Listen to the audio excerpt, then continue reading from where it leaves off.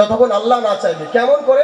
মুসা আলাইহিস সালামের কাছে একজন বাচ্চা ছেলেকে নিয়ে বলছে, ইয়া রাসূলুল্লাহ, নবী গো, আমার ছেলের পেটে খুব প্রবলেম, কিছু একটা ব্যবস্থা করো। মুসা নবী আল্লাহকে বলে, আল্লাহ কি করবো? আল্লাহ বলছে, তোমার সামনে যে গাছটা আছে ওই গাছের পাতা পেড়ে বাচ্চাটাকে খাইয়ে দাও পেটে। খাইয়ে দিল, ছেলে একদম দৌড়ে চলে গেল, ভালো হয়ে চলে গেল। কিছুদিন পরে ওই সেম রোগ আর একজন এসে ওই বাচ্চা নিয়ে চলে এসছে মুসা নবীর কাছে। মুসা নবী, আমার এই বাচ্চাটার খুব প্রবলেম, পেটের প্রবলেম, কিছু সলভ করতে হবে। তো মুসা নবী বলছে, আমি তো জানা আছে আমার ওষুধ, এর আগে একজনকে ভালো করেছি, আমার তো জানাই আছে। গাছের পাতা পেড়ে বেটে ওকে খাইয়ে দিয়েছে, মরে গেছে, পটল তুলে দিচ্ছে। মুসা নবী বলছে, আল্লাহ কি করলাম, এবার তো সব বকরি তো আমাকে খেতে হবে, কি করব? ওই ছেলে ভালো হলো আর এটা ভালো হলো না, ব্যাপারটা কি? আল্লাহ পাক বলেন, মুসা তুমি কি ভেবে নিয়েছিলে গাছের পাতার কোনো ক্ষমতা আছে? আরে আমি আল্লাহ ওর জন্য গাছের পাতায় শিফা দিয়েছিলাম, তাই সেই ছেলেটা ভালো হয়েছিল। এর জন্য মৃত্যু রেখেছি, তাই এই ছেলেটা মৃত্যু বরণ করলো। সুবহানাল্লাহ। আমি আল্লাহ পৃথিবীর যে কোনো ডাক্তারের অসুখের ওষুধে আমি আল্লাহ যাতে শিফা দান করব ও ওতেই শিফা পাবে, নচেত পৃথিবীর কোনো মোল্লা ভালো করতে পারে না, একমাত্র আল্লাহ ওয়ালা ছাড়া। এটা জেনে রাখবেন। তাই বার করলো কি, ওষুধ খেতে ভালো হলো, ভালো হয়ে বাড়ি চলে এলো প্যারালাইসিস বালা। এসে কি বলছে জানেন? হবে নামাজ পড়ে আর কে বড় লোক হয়েছে? রোজার কারা রাখে, যাদের ঘরে খাবার নেই তারা রোজা রাখবে। মিলাদ জালসা শুনে আর কি লাভ হবে? আল্লাহ বলছে, কি ব্যাপার? ফেরেশতারা বলছে, আল্লাহ ভেবেছিলাম ভালো হবে, মাল কিন্তু খারাপ হয়ে গেল।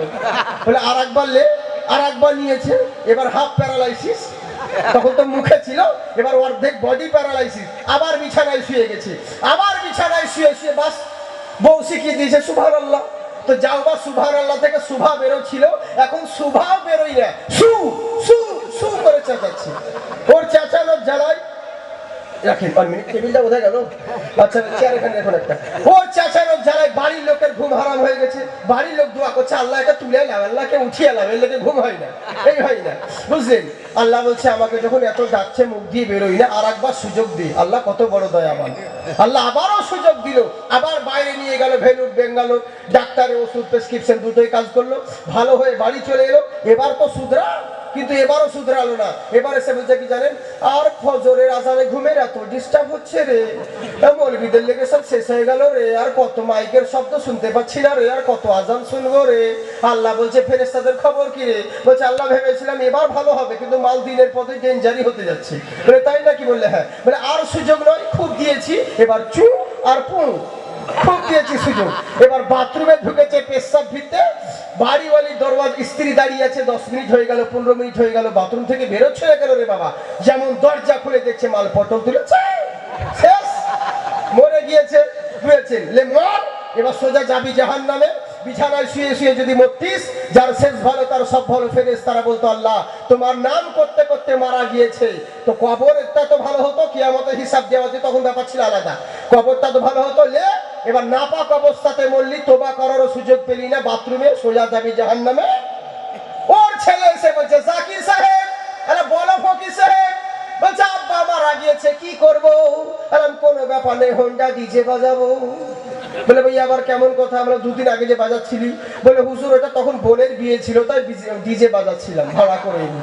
এখন তো বাপ মারা গেছে। তোকে কোন মৌলানা বলেছে যে বিয়ের সময় বক্স বাজাতে হয়, ডিজে বাজাতে হয়, আর মরার সময় বাজাতে হয় না? বিয়েতে বাজাবি যখন, তোর মরাতে বাজা, কোনো ব্যাপার নেই। বিয়েতে গুনাহ হবে, বিয়েতে গুনাহ হবে না, মরার সময় গুনাহ হবে। তুই জানিস না যে দুনিয়াতে যে যে জিনিস পছন্দ করে তার হাসর তার সঙ্গে হয়। তোর বাপ তো গানই ভালোবাসতো, তো গানের সঙ্গে তার হাসরে উঠবে। তোর বাপ গান বাজনা ভালোবাসতো, তো তার হাসরে গান বাজনা ওয়ালাদের সঙ্গে হবে। যা কি হবে? দোয়া করে। আমাকে বলছে জাকির সাহেব দোয়া করতে হবে। আপনি দোয়া করুন। আচ্ছা বলুন, আমার দিল থেকে কি দোয়া বের হবে ওর লেগে? আমি তো জানি কেমন, তোর লেগে দিল থেকে বের হবে? মুসলিম হয়, মুসলিম নামে কলঙ্ক নাস্তিকের মতো ব্যবহার করতো, ধর্মগুরুকে মানতো না, পীর ওলিয়া উলিয়াদেরকে টিটকারি মারতো, ডোজ মারতো, ওর লেগে দিল থেকে দোয়া বের হবে? আমি বলবো, রব্বানা যালামনা, আল্লাহ অমুক চাচাকে মাফ করে দে না। আল্লাহ বলবে, মৌলবি রে, তোর গুদাম নাপাক, দোয়া কবুল হবে না। তুই তো মালের লেগে দোয়া করছিস, ওর দোয়া কবুল হবে না।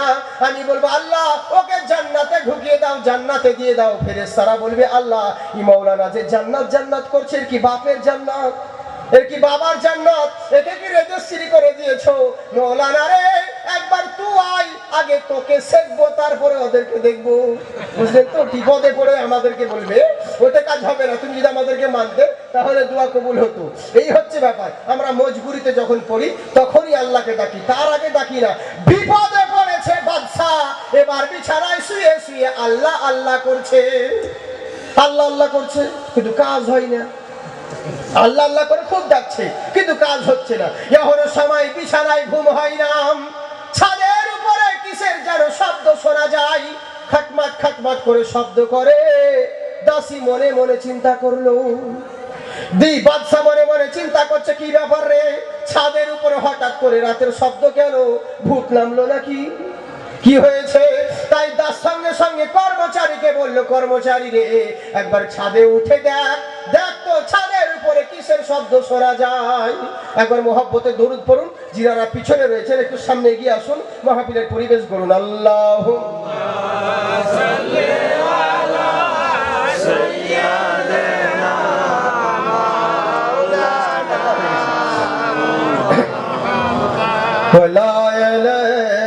سيدنا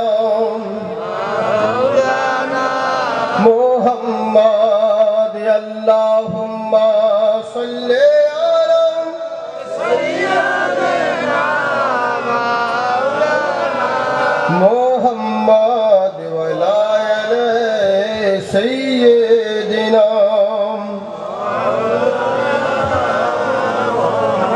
সাল্লাল্লাহু তাআলা আলাইহি ওয়াসাল্লাম। আল্লাহ পাক আমাদেরকে তৌফিক দান করুক। এরই জন্য বলে कि जब से নূরি কে তুমি চক্ষু পেলাম, তারই দিদার পেলাম না, তাই আফসোস করে বলছে, তুমি চক্ষু দিলা সব দেখিতে, দিলে না তো তোমায় দেখার অধিকার। আল্লাহ আমার এত সুন্দর এই নয়নের ছিল কি দরকার, মালিক ছিল কি দরকার। সুবহানাল্লাহ বলেন। এই দুনিয়ার এত আলো অন্ধ হয়ে রইলাম, তবু আলো নিয়ে আমি কিছুই না দেখিলাম। এই দুনিয়ার এত আলো অন্ধ হয়ে রইলাম, তবু আলো নিয়ে আমি কিছুই না দেখিলাম। তোমায় দেখার আশার তরে, তোমায় দেখার আশার তরে, তোমায় দেখার আশার তরে, তোমায় দেখার আশার তরে সাজাইলাম সংসার। আমার এত সুন্দর এই নয়নের ছিল কি দরকার, মালিক ছিল কি দরকার। তুমি চক্ষু দিলা সব দেখিতে, দিলা না তো তোমায় দেখার অধিকার। তুমি চক্ষু দিলা সব দেখিতে, দিলা না তো তোমায় দেখার অধিকার। আমার এত সুন্দর এই নয়নের ছিল কি দরকার, মালিক ছিল কি দরকার। বিছানায় শুয়ে দাসী চিন্তা করছে, বাদশা ঘুমিয়ে ঘুমিয়ে রাত্রে বেলায় হঠাৎ করে ছাদে কিসের শব্দ শোনা যায়। গোলামকে বলছে, গোলাম রে একবার দেখ ছাদের উপরে কিসের শব্দ করে। গোলাম ছাদে উঠে দেখছে একটা সাদা পোশাক পরিধান করে ঘোড়ার পৃষ্ঠে চড়ে এক মাথা থেকে আর এক মাথা, পূর্ব থেকে পশ্চিম আর উত্তর থেকে দক্ষিণ, এটা যেন ঘোরাঘুরি করছে। ঘোড়ার পিঠে চড়ে ছাদের উপরে ঘুরে বেড়াচ্ছে, এই মাথা ও মাথা করে গোল করে। গোলাম বলছে, কে বাবা আপনি? আপনাকে তো কোনোদিন দেখিনি। বলে, আমি হলাম নতুন পথিক, কোনোদিন আসিনি। বলে, ছাদের উপর কি করছেন রাত্রে বেলায়? বলে, ছাদের উপরে এক বাবা বলবে না, আমার একটা উট হারিয়ে গেছে, উটটাকে খোঁজার জন্য ছাদের উপরে খোঁজাখুঁজি করছি। আচ্ছা বলুন, মেজাজ গরম হবে কি হবে না? বাদশা বলছে, অনেক মাথা মোটা দেখেছি, অনেক ননসেন্স দেখেছি, এর মতন তো গাধা দেখিনি রে। আরে তোর উট হারিয়েছে, উট খুঁজতে হলে বনে জলে জঙ্গলে যেতে হবে, ছাদের উপরে উট খুঁজলে কি উট পাওয়া যাবে? এ তো বহারি মাথা মোটা। আসলে বাদশা চিনতে পারে না বলে মাথা মোটা বলছে। আমাদের যেমন অনেক সময় হয়, দিনের বেলায় হরেক মাল 6.5 টাকা মনোহারি মাল বিক্রি করে বেড়ায়, পিপাসা লেগেছে খুব, মসজিদ দরওয়াজায় দেখতে পেয়েছে বৈশাখ মাস, ধূপ রোদ, পিপাসা লেগেছে, মসজিদের ভিতরে সাইকেলটাকে রেখে তাড়াতাড়ি টিউবওয়েল থেকে জল নিয়ে এসে একদম দাঁড়িয়ে দাঁড়িয়ে পান করতে লেগেছে। আর ইমাম সাহেব মৌলানা দেখে নিয়েছে, ভাই বস, বসে পানি পান কর। ই কিন্তু বসে গেছে চুপ করে, বসে পান করতে লেগেছে পানি। আবার দ্বিতীয়বার চিন্তা করলো, আজানে তো টাইম হয়ে গেল, জোহর পড়ে যাবো, একবারে জোহর নামাজ পড়ে তো নামাজ পড়তে হবে। তো উজু করতে হবে, তো উজু করলো, উজু করার পরে উজু করার পানি আবার বসে বসে পান করতে লেগেছে। আবার ইমাম সাহেব দেখে নিয়েছে, মৌলানা যাই উঠ, উঠে পানি পান কর। বলছে হবে মৌলানা কি রিংটাল নাকি, মৌলবি কি বেড়ে খেল বলে কেন? তখনই বলছে বসে পান কর, তখনই বলছে দাঁড়িয়ে পানি পান কর। ই আবার কি? আসলে ও জানে না যে পৃথিবীর সমস্ত পানি বসে পান করতে হয়, ওজুর পানি জমজমের পানি দাঁড়িয়ে পান করতে হয়। ই জানে না বলে মৌলবিকে রিংটাল বলছে। বাদশা জানে না, চিনতে পারেনি, তাই মাথা মোটা বলছে। অনেক গাধা দেখেছি, এর মতন দেখি নাই। গোলামকে বলছে, গোলাম রে, ওকে গিয়ে বলে দে, তোর যদি উট খুঁজতে হয়, তোকে যদি উট পেতে হয়, ছাদে উঠে উট পাবি না, বনে জলে জঙ্গলে গ্রামের দিকে যা, তাহলে উট পেয়ে যাবি। এই কথা গিয়ে বলে দাও।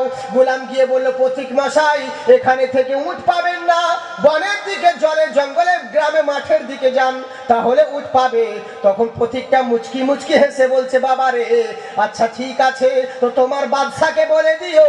বলে কি বলবো?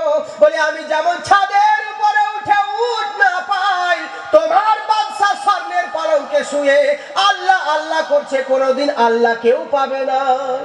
সুবহানাল্লাহ। প্রথমে কি বলেছিলাম? কিছু পেতে হলে কিছু দিতে হবে, হেদায়েতের মালিক আল্লাহ, কিন্তু অত দায়ী নয়। বলছে বাদশা পথিক রে, পথিক গোলামকে বলছে, গোলাম রে, ছাদের উপরে উট খুঁজলে যেমন উট পাওয়া যায় না, তোমার বাদশা ভাবছে বিছানায় শুয়ে শুয়ে আল্লাহ আল্লাহ করবো, আল্লাহকে পেয়ে যাব, এটা কখনো সম্ভব নয়। কিছু পেতে হলে কিছু দিতে হবে, ওই স্বর্ণের পালঙ্ক থেকে বেরিয়ে আসতে হবে। বাদশা শোনা মাত্র বলছে, খাইছে রে, এ তো উট খুঁজতে আসে নাই, আমাকে সঠিক পথ দেখাতে এসেছে, এ তো সাধারণ কোনো মানুষ নয়। যাই দেখি উনিকে, পিছন ধাওয়া করতে লাগলো। উনার কি আর দেখা পাই? আর দেখা পেল না। উনার পিছু দৌড়াতে দৌড়াতে সামনে জঙ্গল পড়ে গেল, চোখের আড়াল হয়ে গেল। জঙ্গলের মাঝখানে বাদশা দাঁড়িয়ে বলছে, আল্লাহ গো, ও গো রব্বুল আলামিন, আমি কসম খাচ্ছি, যতদিন পর্যন্ত তোমাকে না পাবো, যতদিন পর্যন্ত তোমাকে না রাজি করব, কথা দিলাম কোনোদিন রাজপ্রাসাদে প্রবেশ করব না। রাজপ্রাসাদ ছেড়ে ত্যাগ করে চলে গেল। আমি যদি এদিকেই বলতে যাই বহু সময় লেগে যাবে, আমি আর বাড়াচ্ছি না, সংক্ষিপ্তে বলি। কয়েক বছর কেটে যাওয়ার পরে কি হলো? 1 বছর 2 বছর নয়, প্রায় 100 বছর বুঝেছেন। তখনকার মানুষের হায়াতও আল্লাহ দিয়েছিলেন প্রায় অনেক বছর, 24 বছর হোক, 25 বছর হোক, 3 12 36 বছর পরে, কিছুদিন পরে যখন ওই রাস্তা দিয়ে হঠাৎ উনার আর পাত্তা পাওয়া যায় না বাদশা, এরা খোঁজাখুঁজি খুব করে, কিন্তু বাদশার খবর নেই, বাদশা কোথায় গেল কোথায় গেল। বহু বছর পরে দেখছে ওই বাদশা একদিন নদীর কিনারায় বসে বসে টুপি হোক বা জুব্বা হোক সেলাই করতেছিলেন। সেলাই করছে ছুঁচ সুসো দিয়ে। আপনারা কি বলেন, ছুঁচ বলেন না সুই বলেন? সুই সুই। হ্যাঁ, মানে জিজ্ঞেস করে নিতে হয়তো, এক এক জায়গার বলি এক এক জায়গার গালি, আর যেমনি করি তেমনি চলি, বুঝলেন। যাকেই বলে চাল ভাজা তাকেই বলে মুড়ি, যা এখন এরা যারা ছোট আছে এরাই হবে বুড়ি, বুঝলেন তো। এই হচ্ছে ব্যাপার। তো তেমনি এক এক জায়গার ভাষা এক এক রকম বলে জিজ্ঞেস করে নিতে হয়। সুই, তাই তো, সুই। উনি সুই সোতা দিয়ে সেলাই করতেছিলেন। রাস্তা দিয়ে কিছু লোক হেঁটে যাচ্ছিল, এদের নজরে বাদশাকে পড়লো। মনে মনে বলছে, আরে বাদশা ইব্রাহিমের মতন তো লাগছে, ই কি বাদশা নয় তো ওদের মতো। থাক, বাদশা যদি হলো তাহলে কি এরকম ফাঁকা পোশাক করে ঘুরে বেড়াবে, বসে থাকবে? চল, মানুষের মতন মানুষ হয়। আর এটা হ্যাঁ, মানুষের মতন অনেক মানুষ আছে। ওরে আমাদের মুর্শিদাবাদের পরে বীরভূম আছে, বীরভূমের নলহাটি বলে একটা জায়গায়, দুজন একই দেখতে। তো একজন দোকানে চা খায় আর একজন ধার করে আসে, আর আরেকজনের কাছে পয়সা চায় দোকানদার। ওই সকালে চা খেলে পয়সা দাও, বলে আমি কখন এলাম, আমি তো এক্ষুনি আসছি। মানে সকালে একজন খেয়ে যায় আর ওর কাছে বিকেলে পয়সা চায়, বুঝলেন তো। শুধুমাত্র ওর বউ চিনতে পারে যে কোনটা কার মাল, বাকি কেউ চিনে না, কেউ জানতে পারে না, বুঝলেন তো। এই হচ্ছে ব্যাপার, খুব অসুবিধা হয়। এই হচ্ছে ব্যাপার। তো এমনি করলো কি, মানুষের মতন তো মানুষ হতেও পারে। হ্যাঁ, তো বলে যেই হবে হোক না কেন, বাদশার মতন তো লাগছে, একবার জিজ্ঞেস করেই দেখ নামটা কি। কাছে গিয়ে বলছে, বাবা আপনি কি বাদশা ইব্রাহিম? উনি বলছে, আগে আমি ছিলাম, এখন আমি নই। বলে তাই নাকি? বললে হুজুর। বলে হ্যাঁ। বলে হুজুর আপনি এখানে কি করছেন বলেন? বলে হুজুর আমি এখানে কি করব, আমি এই তো যা দেখতে পাচ্ছ। বলে চলুন আমাদের দরবারে, কতদিন আপনাকে খোঁজ করেছি, আপনাকে খুঁজে কোথাও কোথাও পাইনি। কোথায় চলে গিয়েছিলেন কাউকে না বলে কেনই বা গিয়েছিলেন? আর যখন গিয়েছিলেন কাউকে দায়িত্ব দিয়ে এলেন না। কি এমন হয়েছে আপনার জন্য রাজপ্রাসাদ ত্রাহি ত্রাহি খালি খালি লাগতেছে? চলুন তাড়াতাড়ি চলুন, রাজপ্রাসাদে যাবেন। বাদশা বলছে বাবা রে আমি আর যাব না। আর যাব না? বলে কেন যাবেন না হুজুর? বলে আমি ওখানে থেকে যা পাইনি আমি এখানে থেকে সেটা পেয়ে গেছি। বলে কি এমন জিনিস যেটা আপনি দরবার রাজপ্রাসাদে পান নাই আর এখানে পেয়ে গেছেন? মানে বুঝলাম না। বলছে শোনো কি পেয়েছি, তোমরা কি দেখতে চাও? বলে দেখান। ওরে সুই সুতা দিয়ে সেলাই করতেছিল, সেলাই করতে করতে ওই সুইটাকে নদীতে ফেলে দিয়েছে। নদীতে ফেলে দিল। ফেলে দেওয়ার পর বলছে হুজুর ফেললেন কেন? বলে দাঁড়াও, নদীর মাছকে হুকুম করলেন এই নদীর মাছ আমার সুইটা আমাকে ফেরত দেন। বলার সাথে সাথে কতগুলো মাছে মুখে করে নিয়ে স্বর্ণের সুই নিয়ে সামনে হাজির হয়েছে। সুবহানাল্লাহ, কিনারায় চলে এসেছে। আল্লাহর ওলির পাওয়ার দেখুন, সামনে চলে এসেছে। বলে আরে এটাই আমার দরকার নাই, আমি যে অরিজিনাল লোহার সুইটা ফেলেছিলাম আমার সেটা ফেরত দে। আবার কিছুক্ষণ পরে একটা মাছ মুখে করে সুইটাকে এনে নদীর কিনারায় এসে ঝাঁকড়িয়ে দিয়েছে। সুইটা উনার চুব্বার মুবারকে কুলে পড়ে গিয়েছে। বলে বুঝতে পারলে তোমরা? বলে হুজুরে তো বুঝতে পারলাম কিছু। ব্যাপারটা কি? বলে শোনো গো, রাজপ্রাসাদে থেকে মোল্লা শাসন করতাম, এখানে থেকে আল্লাহর যত সৃষ্টি রয়েছে আমি সবাইকে শাসন করি। সুবহানাল্লাহ। বলে কেমন করে হলো? বলে তুমি কি জানো না মান ফালাহুল মাওলা ফালাহুল কুল, যারা আল্লাহর হয়ে যায় আল্লাহ তাদের হয়ে যায়, যারা আল্লাহর হয়ে যায় আল্লাহ তাদের হয়ে যায়। এরই জন্যই আগুনের ক্ষমতা মানুষকে পুড়িয়ে দেয়, লোহার ক্ষমতা পোড়াতে পারে না। কিন্তু ওই লোহা যদি আগুনে ভরে রাখেন কিছুক্ষণ পরে ওই লোহাতে হাত দিলে পুড়িয়ে দিবে। তার মানে বোঝা গেল লোহার ক্ষমতা পোড়ানোর নয়, আগুনের সঙ্গে মোহাব্বত করার কারণে আগুনের ক্ষমতা লোহা পেয়ে গেছে, তাই লোহাও পোড়াবার ক্ষমতা রাখে। তো যারা আল্লাহর হয়ে যায়, পশু পক্ষী পৃথিবীর প্রতি হুকুম চালাবার ক্ষমতা একমাত্র আল্লাহর, কোন মোল্লার নয়। কিন্তু আল্লাহর প্রেমে যদি ডুবে যায় ওই আল্লাহর পাওয়ার ওলিয়া উলিয়াদেরকে আল্লাহ দিয়ে দেন, ওই ক্ষমতা ওলি আউলিয়ারাও পর্যন্ত রাখতে পারে। আমার আল্লাহ পাক বলে বান্দারে তোরা শুধু আমার হয়ে যা, তোরা শুধু আমার গোলাম বেনে যা, সারা জগৎকে তোদের গোলাম বানিয়ে দেব। সুবহানাল্লাহ। তোরা শুধু আমার হয়ে যা, সারা জগৎ তোদের গোলাম বানিয়ে দেব। তবে হ্যাঁ শোন, কি দিই নাই তোদেরকে? আজকে পেট্রোলের খনি দিয়েছি মুসলিমের তলায়, ডিজেলের খনি, সোনার খনি ইত্যাদি দামি দামি যত খনিজ দ্রব্য আমি সবই দিয়েছি মুসলমানের পায়ের তলায়। আমার আল্লাহ পাক বোঝাতে চাইলেন বান্দারে জগৎকে নেতৃত্ব দেওয়ার জন্য যা যা দরকার লাগে আমি আল্লাহ সবই দিয়ে দেব। শর্ত হলো একটা, তোরা শুধু আমার গোলাম বেনে যা, সারা জগৎকে তোদের গোলাম বানিয়ে দিব।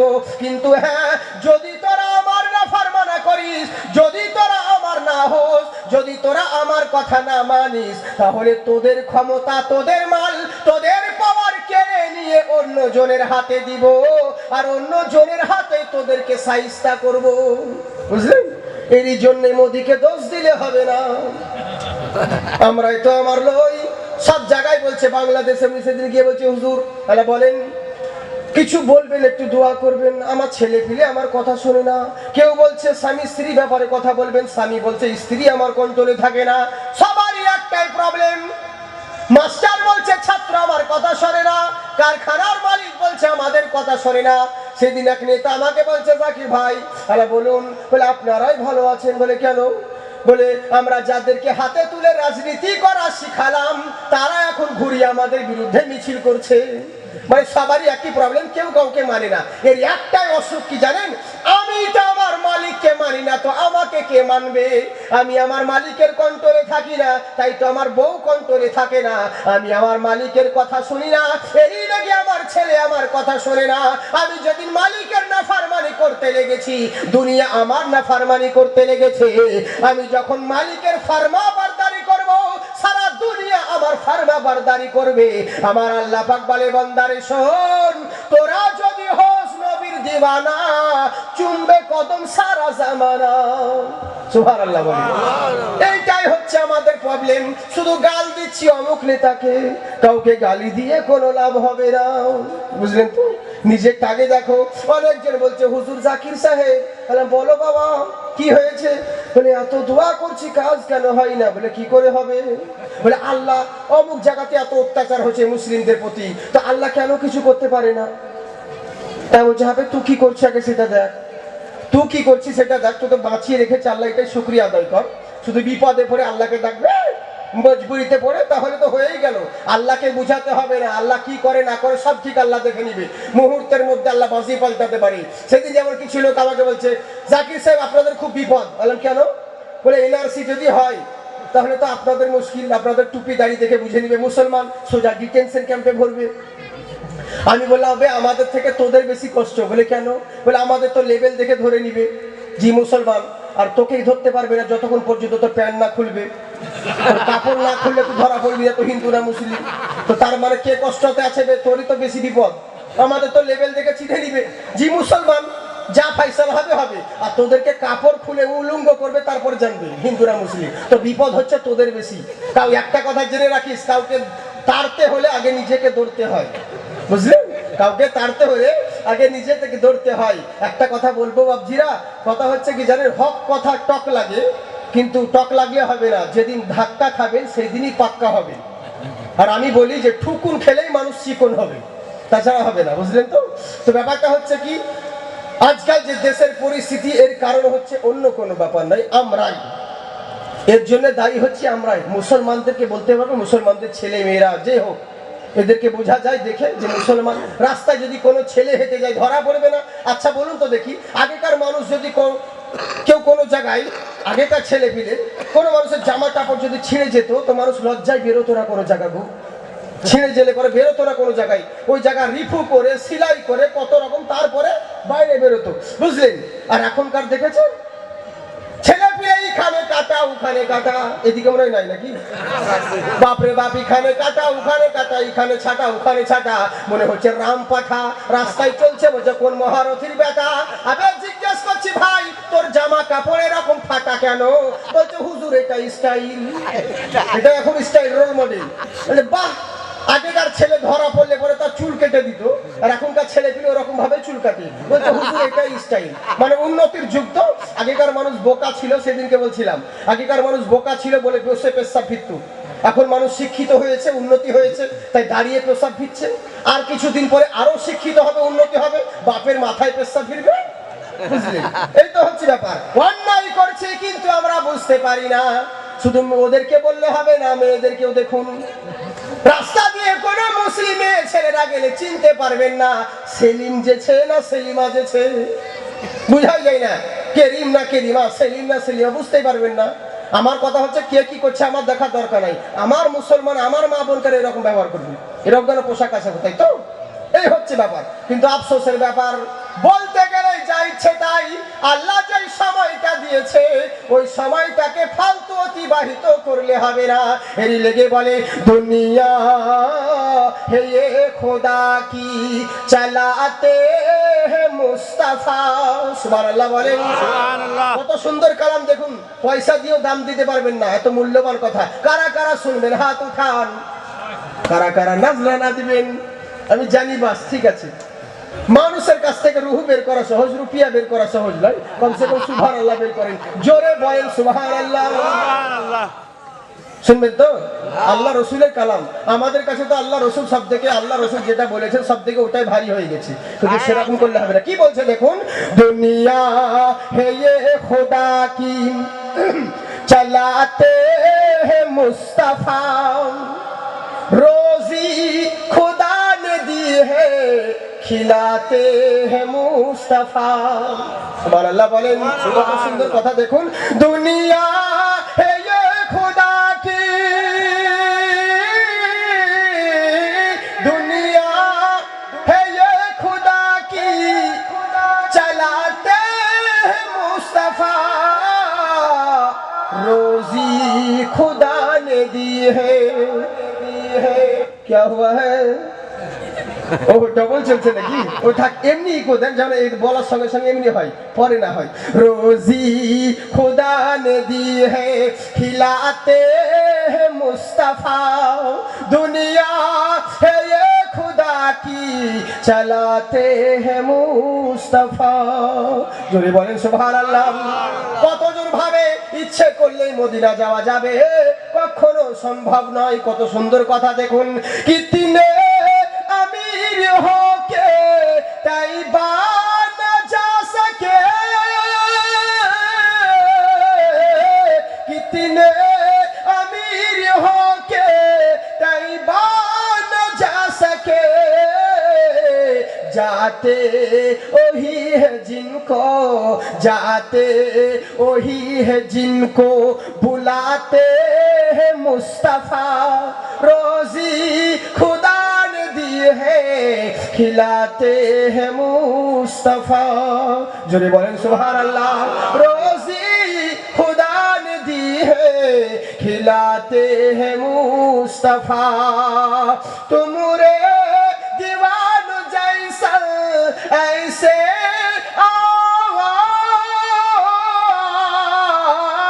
को कितने अमीर हो के तैबा न जा सके, जाते वही है जिनको, जाते वही है जिनको बुलाते हैं मुस्तफा, रोजी खुदा ने दी है जिलाते हैं मुस्तफा। তাই আমার আল্লাহ পাক বলে, বান্দা শোনো, মাতা কুমুর রসুলু ফাকুজুহু ওয়া মা নাহাকুম আনহু ফান্তাহু, আল্লাহর রাসূল যেটা দেন সেটা গ্রহণ করো, আর যেটা থেকে নিষেধ করেন তা থেকে দূরে থাকো। এবার বলুন, বক্তব্য স্টার্ট করবো না ছেড়ে দিব? না না, টেলারে অনেক সময় চলে গেল, বলেন বলেন। অনেক দূর দারাজ থেকে লোক এসে আর বাড়ি যাবে রে তোমার, না না না না, যাবে না। খিদে লাগেনি এদের? বলেন বলেন।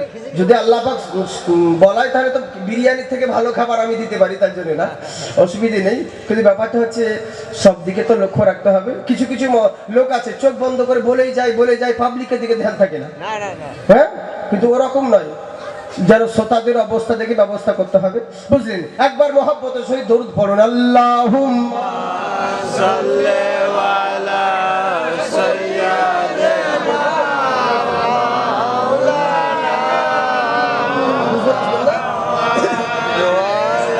সাইয়্যিদিনা মুহাম্মদ সাল্লাল্লাহু তাআলা আলাইহি ওয়াসাল্লাম। মাশাআল্লাহ, জয় হোক। হ্যাঁ, ইনশাআল্লাহ হুজুর আসুক, তারপর ইনশাআল্লাহ নিউ মানকাবাত আপনাদেরকে শোনাবো।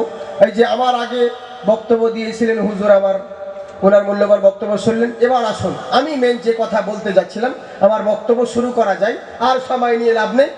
আর 10 মিনিট বলবো, শুনবেন তো? বেশি বেশি বেশি আধা ঘন্টা, 1 ঘন্টা যদি হয়ে যায় হবে, হোক না? আচ্ছা বেশ, ঠিক আছে। সব সামনেকার লোক বলছে, কিন্তু ওরা বলছে না পিছন থেকে। সবাই বলছে তো? বাহ বাহ বাহ বাহ। রহমত কা লুটে খজিনা ও চলো শহরে মদিনা। হ্যাঁ, জোরে বলেন সুবহানাল্লাহ। জি, তাই বার করলেটা কি? নবী মুস্তাফা সাল্লাল্লাহু তাআলা আলাইহি ওয়াসাল্লাম। কোরআনের আয়াত হলো কি, যে আল্লাহ রাসূল যেটা দিয়েছেন সেটা গ্রহণ করো, যেটা থেকে নিষেধ করেছেন তা থেকে তোমরা দূরে থাকো। কেমন আল্লাহর মহাব্বত, কেমন আল্লাহ রাসূল কি দিয়েছেন লক্ষ্য করুন। আল্লাহ রাসূল বলেছেন, বাপ মাকে কখনো ভারী মনে করবে না, বাপ মার পদতলে সন্তানের জান্নাতের ঠিকানা। কিন্তু আমাদের কাছে হয় কি, বাপ মায়ের সব থেকে বেশি ভারী, তাই না? একটা লোকের 4টে ছেলে ঘুম করে, বাবা ঘুমের ওষুধ খেয়ে নিয়েছিল, পাওয়ারওয়ালা ওষুধ ছিল তো অজ্ঞান হয়ে গেছে, জ্ঞান হারিয়ে ফেলেছে, আর বাবা শুয়ে গেছে। ছেলেরা ধাক্কা ধুকি মারছে, ভাবছে বাবা সাড়া দেয় না, তার মানে বাবা পটল তুলেছে, মরে গিয়েছে ভাবছে। ছেলেরা আবার যুক্তি করছে, 4টে ছেলে তো, 4 ভাই যুক্তি করছে, যা কাজ কর, বাবা তো অনেক কিছু রেখে গিয়েছে আমাদেরকে, টাকা পয়সা জমি জায়গা দিয়ে, তো বাবাকে দামি কাঠ দিয়ে পোড়াবো। কথাগুলো শুনুন, বলছে দামি কাঠ দিয়ে পোড়াবো, চন্দন কাঠ দিয়ে। বলে কোনো ব্যাপার নেই। তো 2 নাম্বার ছেলেটা যুক্তি করছে, অত কষ্ট করে কি লাভ, বাবা তো মারাই গিয়েছে, পুরাতন বটের গাছটা আছে, চল নিয়ে গিয়ে পুড়িয়ে দেবো। তো 3 নাম্বার ছেলেটা বলছে বাবাকে তো শ্মশানে নিয়ে যেতে হবে, তো কিছু ভাড়া কর, অটো হোক, কোনো লরি হোক, ট্রাক, কিছু তো ভাড়া করতে হবে, নিয়ে যেতে হবে শ্মশানে। তো 4 নাম্বার ছেলেটা বলছে অত কষ্ট করে কি লাভ, বাবা তো মারাই গিয়েছে, তালায় পাটিতে জোড়েলে সাইকেলের ক্যারিয়ালে পিছনে বেঁধে নিয়ে চলে যাবে। তারপর তো ওর বাবার জ্ঞান ফিরে গেছে। ওর বাবা বলছে তোদের অত কষ্ট করে কি লাভ, আমি হেঁটে এসেছি, চ আমাকে পোড়াবি। বুঝলেন, মানে বাবা আমাদের কাছে কত ভারী হয়ে গেছে আজকাল। যার জন্য আমি বলি যে 10 মাসে 10 দিন মায়ে গর্ভে দিছে ঠাই, রক্ত মাংস খাইয়া মায়ের ভাবে আইলাম ভাই, ভূমিষ্ঠ হইয়া আমি উঠিলাম কান্দিয়া, শান্ত করিল মায়ে বুকের দুগ্ধ দিয়া। সুবহানাল্লাহ বলেন। আমাকে এক ভাই বারবার বলছিলেন যে ওটা বলবেন অবশ্যই, বেশ ঠিক আছে সময় পেলে বলবো, তবে একটা লাইন, বেশি বলবো না। ওরে সন্তানেরই প্রসব হলো, বুক ভেসে যাই নয়ন জলে রে, ও মা সন্তানের লইয়া কোলে ভুলে প্রসব যন্ত্রণা, দুঃখের দরদি মা জনম দুঃখিনী মা, দুঃখের দরদি আমার জনম দুঃখী মা। সুবহানাল্লাহ বলেন। মা কি জিনিস দেখুন, মা যখন সন্তান বাচ্চা নিয়ে থাকে, ছেলে নিয়ে মা ঠিক মতন খেতে পর্যন্ত পায় না। যখন মায়ের পেটে বাচ্চা থাকে, বাচ্চা ছেলে পেটের ভিতরে রয়েছে, মা সবাইকে খাইয়ে দাইয়ে দেওয়ার পরে নিজে মনে করেছে আমি দুটো ভাত খাই, থালাতে ভাত নিয়ে যখন মুখে তুলতে যাবে, ওই সময় বাচ্চা পেটে আঘাত করে দিয়েছে। মায়ের প্রসব বেদনা শুরু হয়ে গেল, চোখের পানি গড়তে লাগলো, মুখের ভাত থালায় থেকে গেল, আর খেতে পারলো না। আবার মা বিছানায় পড়ে গেল, আবার রাত্রি হয়ে গেছে, সকলকে খাইয়ে দাইয়ে ঘুম পাড়িয়ে দিয়েছে। নিশুতি রাত্রি বেলায় মা কি করেছে, বিছানায় ঘুমাবো বলে যেমন ঘুমিয়েছে, ওই সময় বাচ্চা পেটে তুমি ছিলে, আবার পায়ের আঘাত করে দিয়েছো। মায়ের প্রসব বেদনা শুরু হয়ে যায়, মা জননী ঘুম আর হয় না, ওই রাত্রিতে চোখের পানি ফেলে, একবার খাটে পিঠ লাগাই, একবার বিছানায় পিঠ লাগাই, একবার দেওয়ালে পিঠ লাগাই, এইভাবে সারা রাত কেটে যায়। নিশুতি রাত্রিতে কেউ জানতে পারে না, সবাই ঘুমিয়ে থাকে।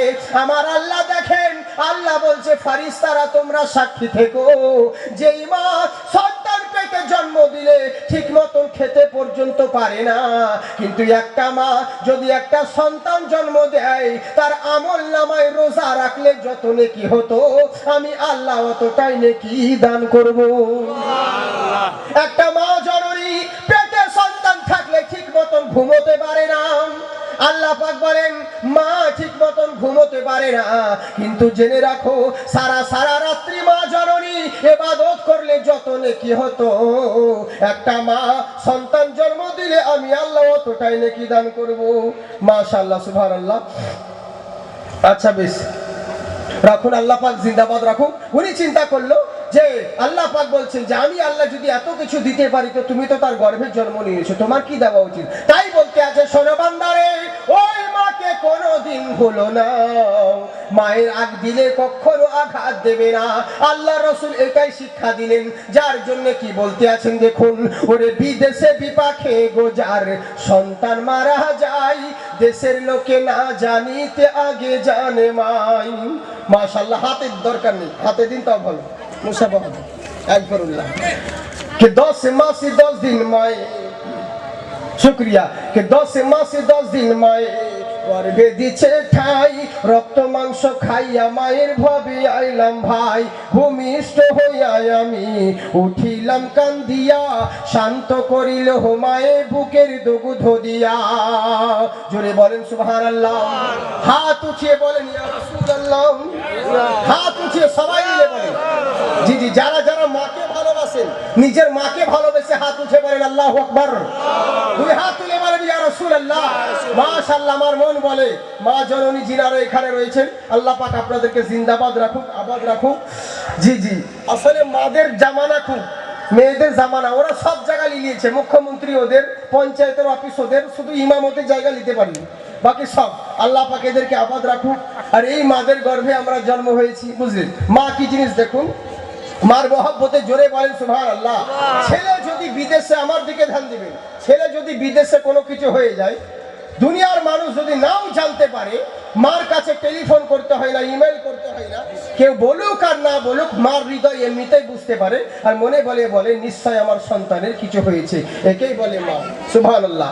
মাকে ভালোবেসে জোরে বলেন সুবহানাল্লাহ। মা কি জিনিস দেখুন, কে বিদেশে বিপাকে গোজার সন্তান মারা যায়, দেশের লোকে না জানিতে আগে জানে মাই, লজ্জাপতি গাছের পাতা ওটা দিলেই মরে, সন্তান হারা মার কলিজা ছটপট ছটপট করে। মা তো গেল লাইন ধরে। যাই হোক, মাশাআল্লাহ, মহব্বতে সহিত সুবহানাল্লাহ বলেন। আমাদেরকে আবাদ রাখুন, মাশাআল্লাহ, জিন্দাবাদ থাকুন। কত সুন্দর দেখুন, বিদেশে বিপাকে গোজার সন্তান মারা যায়, দেশের লোকে না জানিতে আগে জানে মাই, ওগো লজ্জাপতি গাছের পাতা ওটা দিলেই মরে, সন্তান হারা মার কলিজা ছটপট ছটপট করে। কারো অন্ধ আতুর ল্যাংড়া খোড়া হইলে কারো ছেলে, ধুলা ঝাইরা মায়ে আপন টান দিয়ালাই কোলে, কারো পুত্র যদি কুপুত্র হয় মায়ে নাহি ফেলে, হাজার দোষ রাখিয়া গোপন মায়ে তবু পালে। ওরে মানুষই যে ভেবে বহালে, জান্নাত মায়ের চরণ তলে রে, ও তোরা দেখবো খারি হাদিস খুলে করছে নবী ঘোষণা, দুঃখের দরদি মা জনম দুঃখিনী মা, দুঃখের দরদি আমার জনম দুঃখী মা। মোহাব্বতের সহিত জোরে বলেন সুবহানাল্লাহ। মা কি জিনিস দেখুন, মা কত কষ্ট করে আমাদেরকে নিয়ে, ওরে হাতে পায়ে তেল মাখা মা দিল শক্ত করি, জি ওদিক থেকে হাতে পায়ে তেল মাখা মা দিল শক্ত করি, পেশা পায়খানায় আমরা মায়ের কোহলে করি, তবু না মা রাগ হইল ভিজল গুয়ে মুতে, আমারে শুকাই লাখিয়া মানের অসুখ হলে দেখি চাইয়া, আমার মা রইছে বিছানায় পইরা রে, বলে আমায় আল্লাহ যাও গলে সন্তানের নিও না, দুঃখের দরদি মা জনম দুঃখিনী মা, দুঃখের দরদি আমার জনম দুঃখী মা, দুঃখের দরদি মা জনম দুঃখিনী মা, দুঃখের দরদি আমার জনম দুঃখী মা। তাই এবার মায়ের সন্তান নবী মুস্তাফার দরবারে গেল, যুদ্ধের ময়দান থেকে মার একটা মাত্র সন্তান নবী মুস্তাফার দরবারে পাঠিয়েছে। এবার যুদ্ধের ময়দানে গিয়েছে, ময়দান থেকে ফেরত আসার পরে খুব মূল্যবান কথা শুনুন, ময়দান থেকে ফেরত আসার পরে নবী মুস্তাফা সাল্লাল্লাহু তাআলা আলাইহি ওয়াসাল্লাম আমার সাহাবাগণ আরো রয়েছে, উনাদেরকে বলছে তোমরা শোনো, একটা কাজ করো।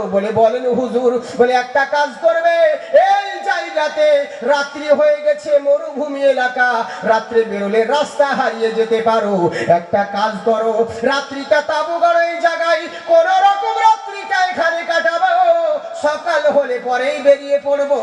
সাহাবীরা নবীর কথা মোতাবেক কথা শুনে রাত্রিটা কোন রকম তাবু গাড়লো, তাবু গাড়ার পরে আরাম করতে আছে।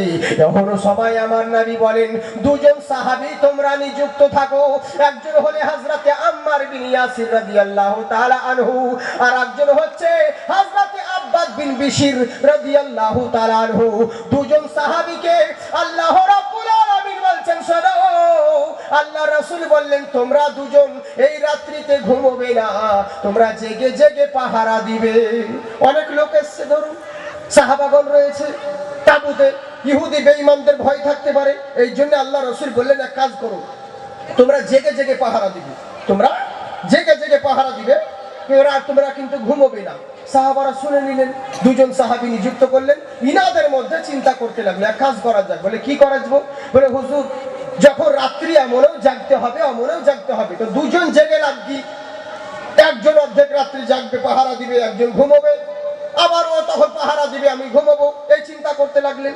বুঝলেন? আমার কথা বুঝতে পারছেন তো?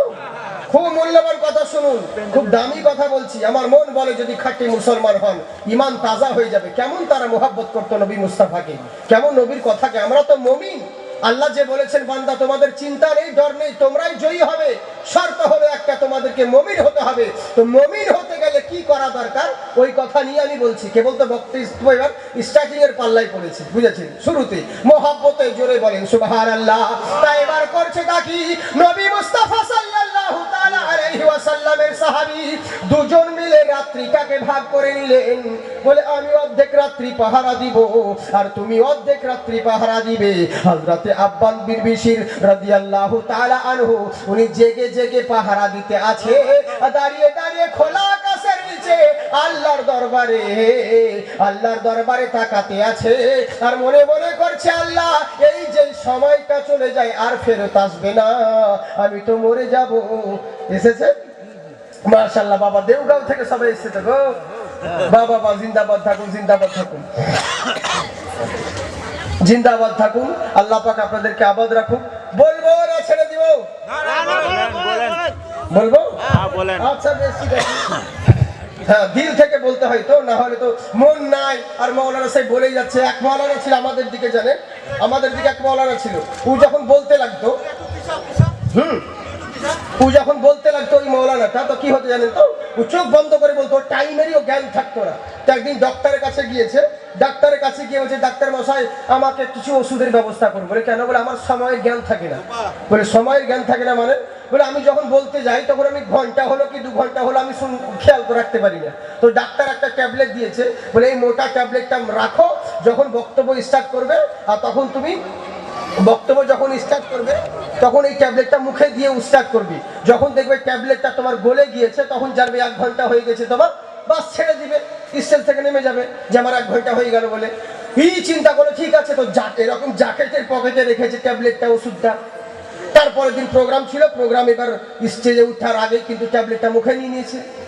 মুখে নিয়ে কিন্তু এই বক্তব্য শুরু করে, কিন্তু 1 ঘন্টা হয়ে গেল, 2 ঘন্টা হয়ে গেল, এই বক্তা ছাড়তে চাই না। সভাপতি বলছে শেষ করুন, আপনার পর আরেকজন বক্তা আছে, শেষ করুন। বলে দাঁড়াও, আমার এখন 1 ঘন্টা হয়নি। বলে কেন? বলে আমার মুখে ট্যাবলেট আছে, এখন ট্যাবলেটই গলেনি, তো কি করে 1 ঘন্টা হবে? এবার ট্যাবলেট বলছে কই দেখি, তো মুখ থেকে ট্যাবলেট বের করছে, তো ট্যাবলেট নাই, আসলে ওই পকেটের জ্যাকেটের বোতাম খুলেছিল, ওটাও রাখা ছিল। ওই ট্যাবলেট মনে করে জ্যাকেটের বোতাম মুখে ভরে দিয়েছে, তো গলবে কি করে? কি গলেও না আর বক্তব্য দিতে ছাড়েও না। তো আমরা সেরকম নয় যে ঘন্টার পর ঘন্টা দিয়ে নেবো আপনাদেরকে বিরক্ত করে, তা নয়। মাশাআল্লাহ, জিন্দাবাদ থাকুন, আল্লাহ পাক আপনাদেরকে আবাদ রাখুন। হাত উঠিয়ে বলেন ইয়া রাসূলুল্লাহ, ওয়াল্লাহ শারাফাতি গিল্লা মুবাদ্দাত ওয়ালাল মুস্তাকিম রব্বুল আলামিন, রব্বুল আলামিন। জোরে বলেন সুবহানাল্লাহ। কত সুন্দর কথা দেখুন, মেরে নবী কো আপনে उम्मत को देखो कितना प्यार है, महशर में उम्मत को उनका तो बहुत इंतजार है। तो बोले फरिश्ते मत घबराओ, बोले फरिश्ते मत घबराओ, खुशी की नगमे सुनाओ, नबी जी आ रहे हैं, नबी जी आ रहे हैं। সুবহানাল্লাহ বলেন। আমার নবী মুস্তাফার জন্য সবাই মেহেশারের দিনে তাকিয়ে থাকবে, কখন নবী আসবে, কখন নবী আসবে। তখন ফেরেশতারা বলবে চিন্তা করো না, এবার তোমাদের নবী আসবে। আর আমার নবী আসছেন পৃথিবীতে, তো সমস্ত নবীগণ মা আমিনাকে কি বলছে দেখুন, এ আমনা বিয়ে आंगन तुम्हारा खुशगवार है, दीदार की खातिर ये हर एक पैगंबर बेकरार है। पत्थर जिनकी कलमा सुनाए, पत्थर जिनकी कलमा सुनाए, पेड़ भी सर को झुकाए, नबी जी आ रहे हैं, नबी जी आ रहे हैं, नबी जी आ रहे हैं, नबी जी आ रहे हैं। नबी मुस्ताफा साहाबी के बोलলেন তুমি বাইরে দাঁড়িয়ে পাহারা দিবে। উনি খোলা আকাশের নিচে দাঁড়িয়ে আছে, আল্লাহর দরবারে বলে ওগো রব্বুল আলামিন, রাত্রি তো অনেক হয়ে গেল, এমনেও তো জাগতে হচ্ছে, অমনেও পাহারা দিতে হচ্ছে। এখানে না কোনো শিয়ালের উৎপাত, না কোনো কাফের বেঈমানের জ্বালা। যখন রাত্রি জাগতেই এটাই হচ্ছে, শুধু শুধু ফালতু জেগে জেগে কেন কাটাবো, এর চাইতে ভালো আল্লাহ তোমার ইবাদত দিয়ে কাটিয়ে দিই। সুবহানাল্লাহ বলে। কিন্তু আমাদের ছেলে পেলে কি করে, সময় নেই হুজুর, গেম খেলি, পাবজি আর পাবজি। তোর বাপ সময় দিয়েছিল তোকে যে যা গেম খেলে সময় কাটিয়ে দিবি? বলে হুজুর টাইম পাস করছি। একদিন বুঝতে পারবি টাইম পাস করা কত জ্বালা, কত সেকেন্ড কত মিনিট দুনিয়াতে কাটিয়েছো, কতটা আখিরাতের জন্য কাটিয়েছো ভেবে নিও না। ফালতু ফালতু আল্লাহ তোমাকে তৈরি করে দিয়েছে, প্রত্যেকটা মিনিট প্রত্যেকটা সেকেন্ডের তোমাকে হিসাব দিতে হবে পাই পাই। এটা জেনে রাখো, বলের যেমন বাল্ব ব্যবহার করো মাসের মাস বিল দিতে হয়, হাওয়া ব্যবহার করো বিল দিতে হয়। আল্লাহর জমিনে থাকছো, আল্লাহ এই সমস্ত জিনিস ব্যবহার করছো, আল্লাহর হাওয়া ব্যবহার করছো সমস্ত কিছু, আর ভেবে নিয়েছো এমনি এমনি ছেড়ে দিবে তোমাকে? অত সহজ। বিল দিয়েও দিতে হবে না, কিন্তু জেনে রাখো হিসাব তোমাকে একদিন দিতে হবে। বুঝলেন? তাই এবার করলো কি, ইনি চিন্তা করলে আল্লাহ ফালতু যখন জেগে জেগে কাটাতে হবে, এর থেকে ইবাদত করে কাটিয়ে দিই। আমাদের মধ্যে অনেকজন ভাবে আল্লাহ এমনও জাগতে হবে অমনও জাগতে হবে, যখন রাত্রি হয়ে গেল তো জালসাটা শুনেই নি, যা হবে হবে। অনেক মানুষের এরকম মনে ধারণা হয়, এগুলো হচ্ছে আল্লাহর তরফ থেকে। আর একটা কথা জেনে রাখবেন, সবারই দিলে অ্যাকসেপ্ট করবে না। যার দিলে, যার মোবাইলে ব্লুটুথ আছে, যা ঢোকাবেন তাই ঢুকবে। যার মোবাইলে ব্লুটুথ সিস্টেম নেই, ওতে যতই ঢোকাবার চেষ্টা করুন কোনো মতে ঢুকবে না। বুঝলেন তো? তো তেমনি এগুলো যার দিলে অলিয়া উলিয়ার জালসা ধর্মের মহাব্বত, যার দিলে আল্লাহ ব্লুটুথ রেখে দিয়েছে, একমাত্র তারাই ওই সমস্ত জায়গায় বসে থাকবে, শুনবে, নচেত সবাই পারবে না। আপনারা ভাবছেন আপনারা নিজের ইচ্ছায় বসে আছেন? এরা বসে আছে নিজের ইচ্ছায়? কখনো নয়। হাজার চেষ্টা করলেও পারবে না। এমন এমার্জেন্সি কাজ করে যাবে, ওকে যেতে বাধ্য হতেই হবে। কিন্তু না, যার মহাপিল হচ্ছে সেই বসিয়েছে, তবে বসতে পেরেছেন। সুবহানাল্লাহ। সুবহানাল্লাহ। সে যদি রাজি না থাকতো কোনোদিনই বসে থাকতে পারতেন না। এমন কোন কাজ করতো আপনাকে চলে যেতে হতো।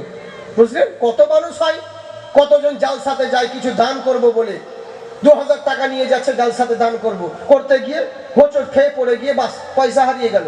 আর একজন এমনি মেলা দেখতে ঘুরতে গিয়েছে, কি মনে হলো জালসাতে গিয়ে 5000 টাকা দিয়ে দিল। তার মানে কি, দেব বললে দেওয়া হয় না, নেব বললেও নেওয়া হয় না, বসবো বললে বসা হয় না।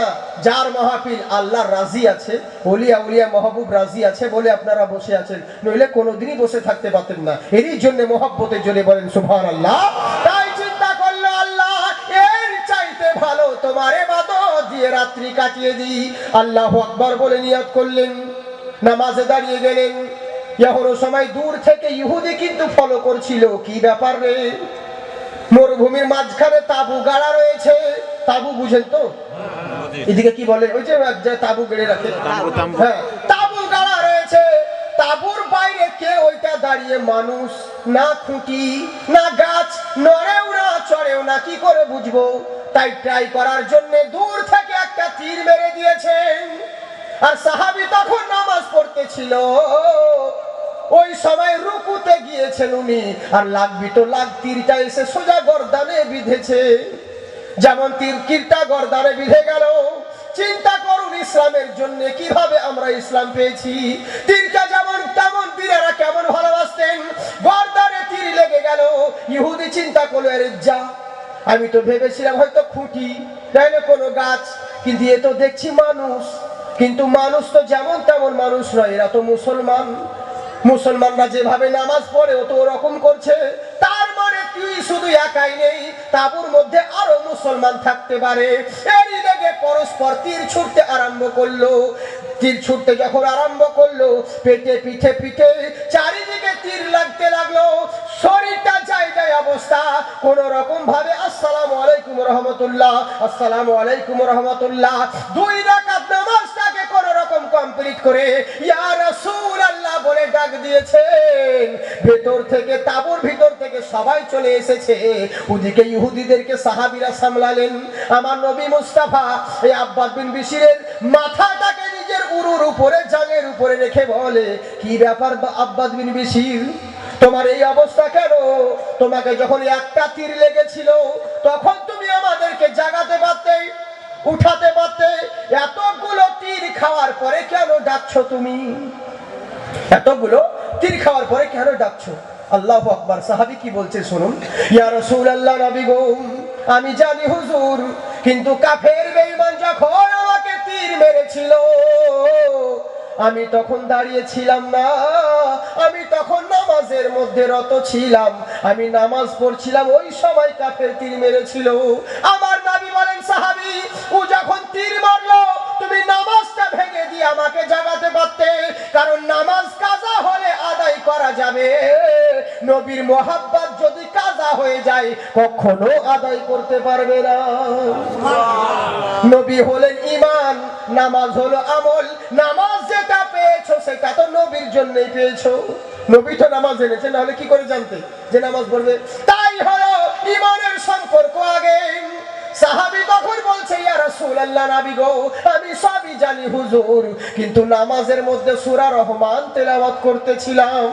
আর রহমানু আল্লামাল কুরআন, খলাকাল ইনসানা আল্লামাহুল বায়ান, আশ-শামসু ওয়াল কামারু বিহুসবান, ওয়ান নাজমু ওয়াশ-শাজারু ইয়াসজুদান, ওয়াস-সামাআ ওয়া রাফা'a ওয়া ওয়াদা'আল মিজান, আল্লা তাদগাউ ফিল মিজান ওয়া আকিমুল ওয়াজনা বিল কিসতি ওয়া লা তুখসিরুল মিজান ওয়া লা হাব্বুল আসফি ওয়ার রাইহান ফাবিআইয়ি আলা'i রাব্বিকুমা তুকাজ্জিবান।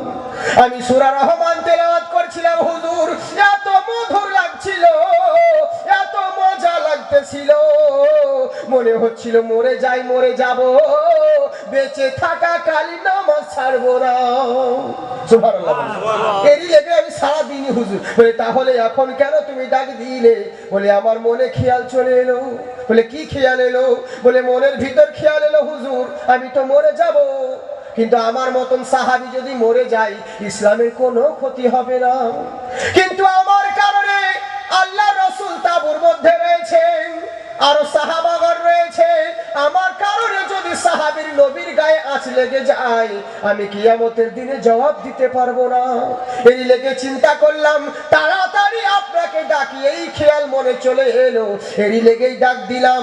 নইলে হুজুর এই খেয়াল আপনার কথা যদি মনে না আসতো, কথা দিলাম হুজুর মরে যেতাম কিন্তু নামাজ ছাড়তাম না। সুবহানাল্লাহ। বলে, কেন এত নামাজকে ভালোবাসো? বলে, ইয়া রাসূলুল্লাহ, নবী গো, আমি যেমন আপনাকে ভালোবাসি, আল্লাহ হুকুম করেছেন আমার রাসূল যেটা দিয়েছেন সেটাকে গ্রহণ করবে তাহলে মুমিন হবে, আর আল্লাহ রাসূল যেটা বারণ করবে তা থেকে তোমরা দূরে থাকবে। আপনার কষ্ট করা নামাজ, এই কষ্ট করে নিয়ে আসা আমাদের জন্য এই নামাজ আমি কেমন করে অবহেলায় কাটিয়ে দিই? এরই জন্য হুজুর আপনাকে যেমন ভালোবাসি, আপনি যা যা হুকুম করেছেন আমি সেটাও ভালোবাসি, এটাই হলো প্রকৃত ভালোবাসা। বুঝলেন না? তো মুখে বলছেন ইয়া নবী সালামু আলাইকুম, নবী তোমাকে খুবই ভালোবাসি, নামাজ পড়ি না কিছু মনে করিও না, এটা ভালোবাসা হলো? কতজন বলে ইয়া রাসূল সালামু আলাইকা, নবী তোমাকে খুব ভালোবাসি, দাড়ি রাখিনি তাতে কি আছে? বাবা, নবী তোমাকে খুবই ভালোবাসি, দিল চাই সোনার মদিনা, যদি থাকতো দুটি কাছে ডানা, টাকার লোভে যেতে পারি না, নবী তোমাকে খুবই ভালোবাসি, তোমার কথা মানি না, এটাই খারাপ, কিছু মনে করিও না। এটা ভালোবাসা হলো? আপনি যদি আপনার বউকে বলেন, বিবি রে তোকে আমি খুবই ভালোবাসি, তোর জন্য 1 মিনিট থাকতে পারি না, একটু ভালো লাগে না, একটা কাজ কর। বলে, কি? বলে, আজকে রাত্রি তুমি বিছানায় ঘুমো, আমি অন্য মেয়েকে নিয়ে সিনেমা দেখতে যাব। বউ ভালোবাসা মেনে নিবে না মুখে ঝাঁটা মারবে? হ্যাঁ, তুমি আমাকে এত ভালোবাসো যে আমি থাকবো একাই বিছানায় আর তুই অন্য মেয়েকে নিয়ে সিনেমা দেখতে যাবে? তো তেমনি মুখে বলছো নবীকে ভালোবাসি, কিন্তু নবীর কথা তুমি মানো না, একে ভালোবাসা বলে না। কেমন ভালোবাসা তাদের ছিল, কেমন তারা নবী মুস্তাফাকে ভালোবাসতেন। জোরে বলেন সুবহানাল্লাহ। নবী মুস্তাফাকে কত তারা ভালোবাসতো, এরই জন্য বলে, কে যাও ভাই নবীর কাছে, গরিবের আরজি আছে। আর কি ভালিয়ে বলছে ইকো নেই আসলে। হ্যাঁ, সালাম দিও নবীজির ওই কাছে, নবী গো এই গরিবের কি বা করার আছে? সুবহানাল্লাহ বলেন। এই গরিবের কি আছে বলেন? আশিক বলছে, ভক্ত মন থেকে চাই মদিনা শরীফ যাওয়ার, নবীর ভক্ত, নবীর আশিক, কিন্তু পয়সার জন্য অর্থের লেগে যেতে পারে না। তো যারা হাজিরা হজ করতে যাচ্ছে তাদেরকে ফলো করে বলতে আছে, বুঝলেন? আমি আজকে শুধু টাচ দিচ্ছি, বুঝলেন তো? আজকে টাচ দিচ্ছি, আমার আল্লাহ পাকের রহমতে ইন্টারনেটে দেখতে পাবে, বিভিন্ন ভাষায় বিভিন্ন দেশের আমার প্রোগ্রাম আছে, বুঝেছেন? শুধু লিখবেন জাকির হোসেন চতুর্বেদী কিংবা অলরাউন্ডার জাকির বললেও হবে, প্রবলেম নেই। যা বলবেন জাকির হোসেন চতুর্বেদী বলুন, আর অলরাউন্ডার জাকির বলুন, আর জাকির হোসেন জলসা বলুন, অসুবিধে নেই, একটাই মাল, প্রবলেম নেই। চতুর্বেদী জাকির শুধু একটাই আছে, তাছাড়া দ্বিতীয় কেউ নেই। অন্য জাকির থাকতে পারে, নামে নামে আবার অনেক জায়গায় মিটাও হয়। দেখবেন কেউ যদি বাবার নামের সঙ্গে অন্য কাউরি বাবার নাম হয়, একই নাম হয়, তো কি বলে? মিতা বলে। তো নামেও মিতা হয়, যেমন তেমনি কামেও হয়।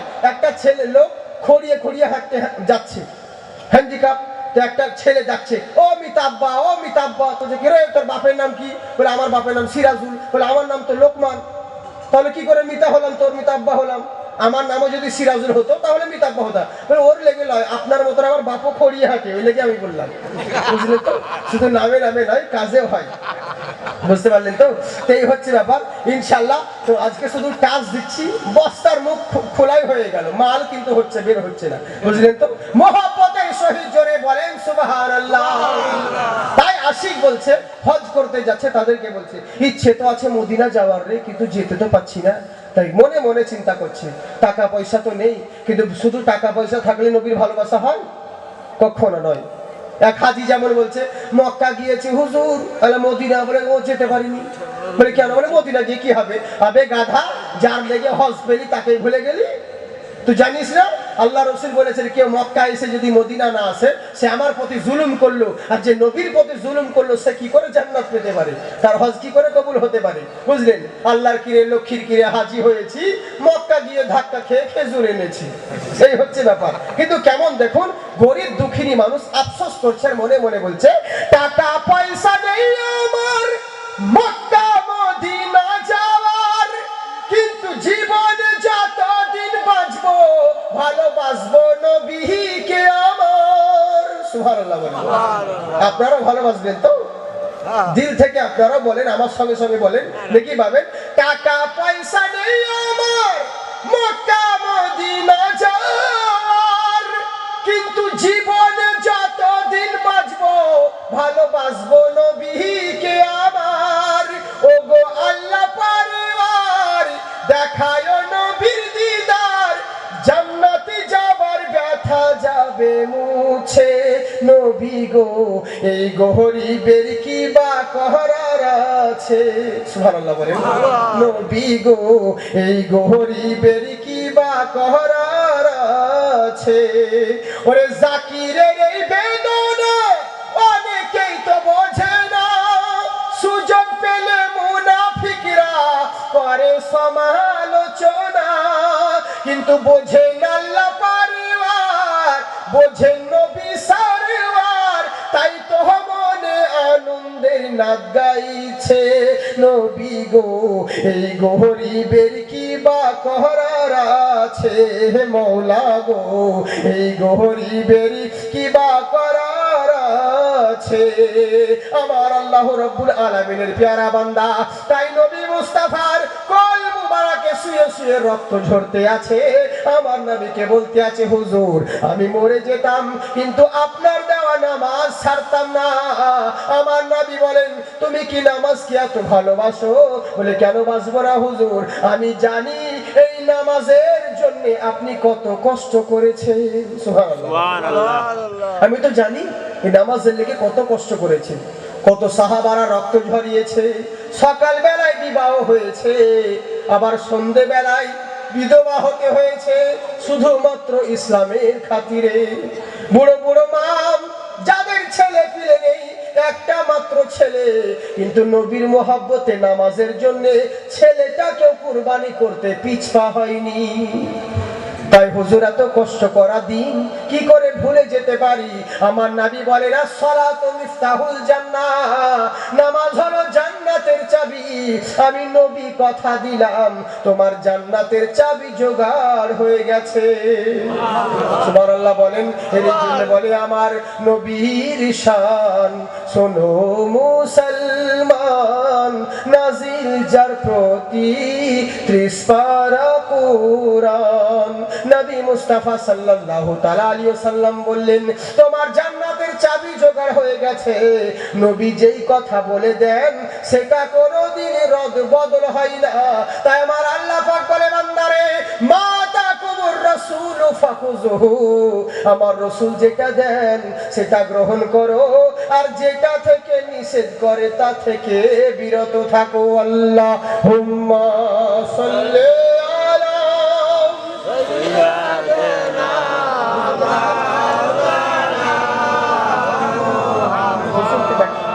ওয়ালা আলাইহি সাইয়্যিদিনা মুহাম্মদ ওয়া আলা আলিহি সাইয়্যিদিনা মুহাম্মদ সাল্লাল্লাহু তাআলা আলাইহি ওয়াসাল্লাম। আমি নাচ পড়ার মতন মাইক সেরকম পাচ্ছি না, একটু শক্তি দিতে হচ্ছে। মাইক খুব সুন্দর, কিন্তু একটু বক্সের এদিকে ইকো দেন, বক্সের দিকে খুব একটু প্রবলেম হচ্ছে। কথাটা বলি, কারণ বলতেছেন তো আপনি বক্তব্য দিচ্ছেন, সুন্দর বক্তব্য দিচ্ছেন, কিন্তু এটা পাবলিকও শুনতে হবে। যেহেতু হালকা বেশি দিলে ওদিকে শুনে যাবে, বেশি দরকার নেই, হালকা হালকা। বেশি দিলে তো প্রবলেম হবে, শুনতে পাবে না। না, বেশি দিলে তো পাবলিক বুঝতে পারবে না, কিন্তু হালকার মধ্যে, মানে এই দুটো যারা স্টেজ ই করে, আমাকে দুটোই মিলাইতে লাগবে। হ্যাঁ হ্যাঁ হ্যাঁ, যা হোক মোহাব্বতে সুবহানাল্লাহ বলে। বুঝতে পারছেন তো? আমার নবী মুস্তাফার জন্য মাহফিল সাজানো হয়েছে ওলিয়া উলিয়া পাকের। অনেকজন অনেক রকম কথা বলে যে এটা কেন করতে হয়, ওটা কেন করতে হয়, এটা কেন করবো, ওটা কেন করবো। কিন্তু জেনে রাখেন, যার ছেলের জন্ম সেই তো পালন করবে, অন্য বাপের কি যায় আছে? আমার নবী আমার মুর্শিদের আমি পালন করব, তাদের তোর কি যায় আছে? তা আমাদের নবী মুস্তাফার এর জন্য আমরা পালন করি, মাহফিল সাজাই। আর নবীর মাহফিল যখন নবী মুস্তাফা পৃথিবীর বুকে যখন আগমন হয়েছিলেন, শুধু আল্লাহর ফেরেশতারা নবী মুস্তাফার আগমনের জন্য আসমান থেকে জমিন অবধি ফুলে সুসজ্জিত করেছিলেন। জোরে বলেন সুবহানাল্লাহ। এই জন্য বলে আরশি সে ফরশি তক बस यही धूम है, जाते आका की आई मजा गया। सुभान अल्लाह बोलो भाया, आप लोग को मजा आया?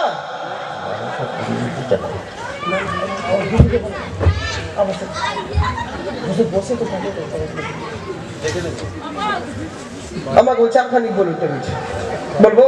জি বলেন। हाँ, हर शीशे फर्श तक बस यही धूम है, जाते आका की आई मजा गया।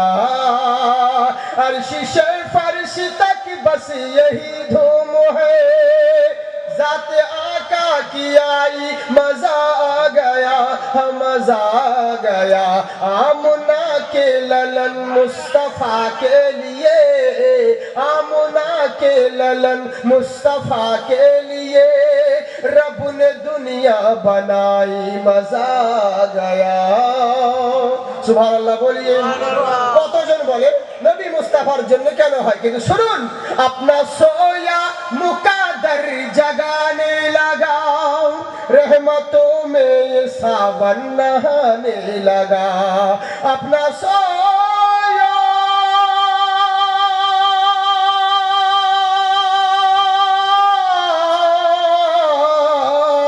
अपना सोया मुकाद्दर जगाने लगा, रहमतों में ये सावन नहाने लगा। मुस्तफा की कदम क्या जमी पर पड़े, मुस्तफा की कदम क्या जमी पर पड़े, मिट गई हर बुराई, मजा गया। जोर से बोलिए सुभान अल्लाह। आमुना के ललन मुस्तफा के लिए रब ने दुनिया बनाई, मजा आ गया। जोरे बोले सुभान अल्लाह। হ্যাঁ, এদিকে ধ্যান দেন, মোবাইলের দিকে নয়। কারণ ব্যাপারটা হচ্ছে অনেক মানুষ আমাদের মোবাইল এমনই একটা জিনিস হয়ে গেছে, বুঝলেন, মানে দিন রাত একে চ্যাটিং করতে আর করতে ভালো লাগে না। আমি দেখছি তো সামনে ওদিকে রয়েছেন অনেকে, হ্যাঁ, কিন্তু মোবাইলের দিকে ধ্যান দিন না, এইদিকে ধ্যান দেন। হ্যাঁ, ও তো দেখবেন তার জন্য বহু সময় রয়েছে, কিন্তু একটা কথা কি, ফালতু সময় যেখানে সেখানে কাটাবেন না, এটাও বলে দিই। ফালতু যেই সময়টা আপনি কাটাচ্ছেন, সে মোবাইলে হোক আর যাতে হোক, কিন্তু সময়টা যেন আপনার কাজে লাগে, কাজের জায়গায় কাটান, তাহলে কাজ দিবে। ফালতু ফালতু শুধু শুধু যে কোনো জিনিস টাইম পাস করে লাভ নেই। ও আমার টাইম পাস করবো, কিন্তু টাইম পাসটা যেন আমার কার্যকারী হয়, তবে তো। মোহাব্বতে জোরে বলেন সুবহানাল্লাহ, হাত উঠিয়ে বলেন ইয়া রাসূলুল্লাহ। अपने महबूब से ये खुदा ने कहा, आसमां की तरफ देखना यूं तेरा। जोर से बोलें सुभान अल्लाह। अपने महबूब से,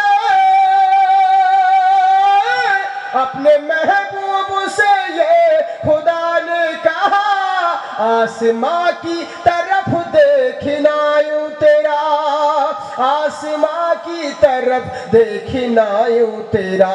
तू जो चाहे तो किबला बदल जाएगा, या रसूल अल्लाह या हबीब अल्लाह।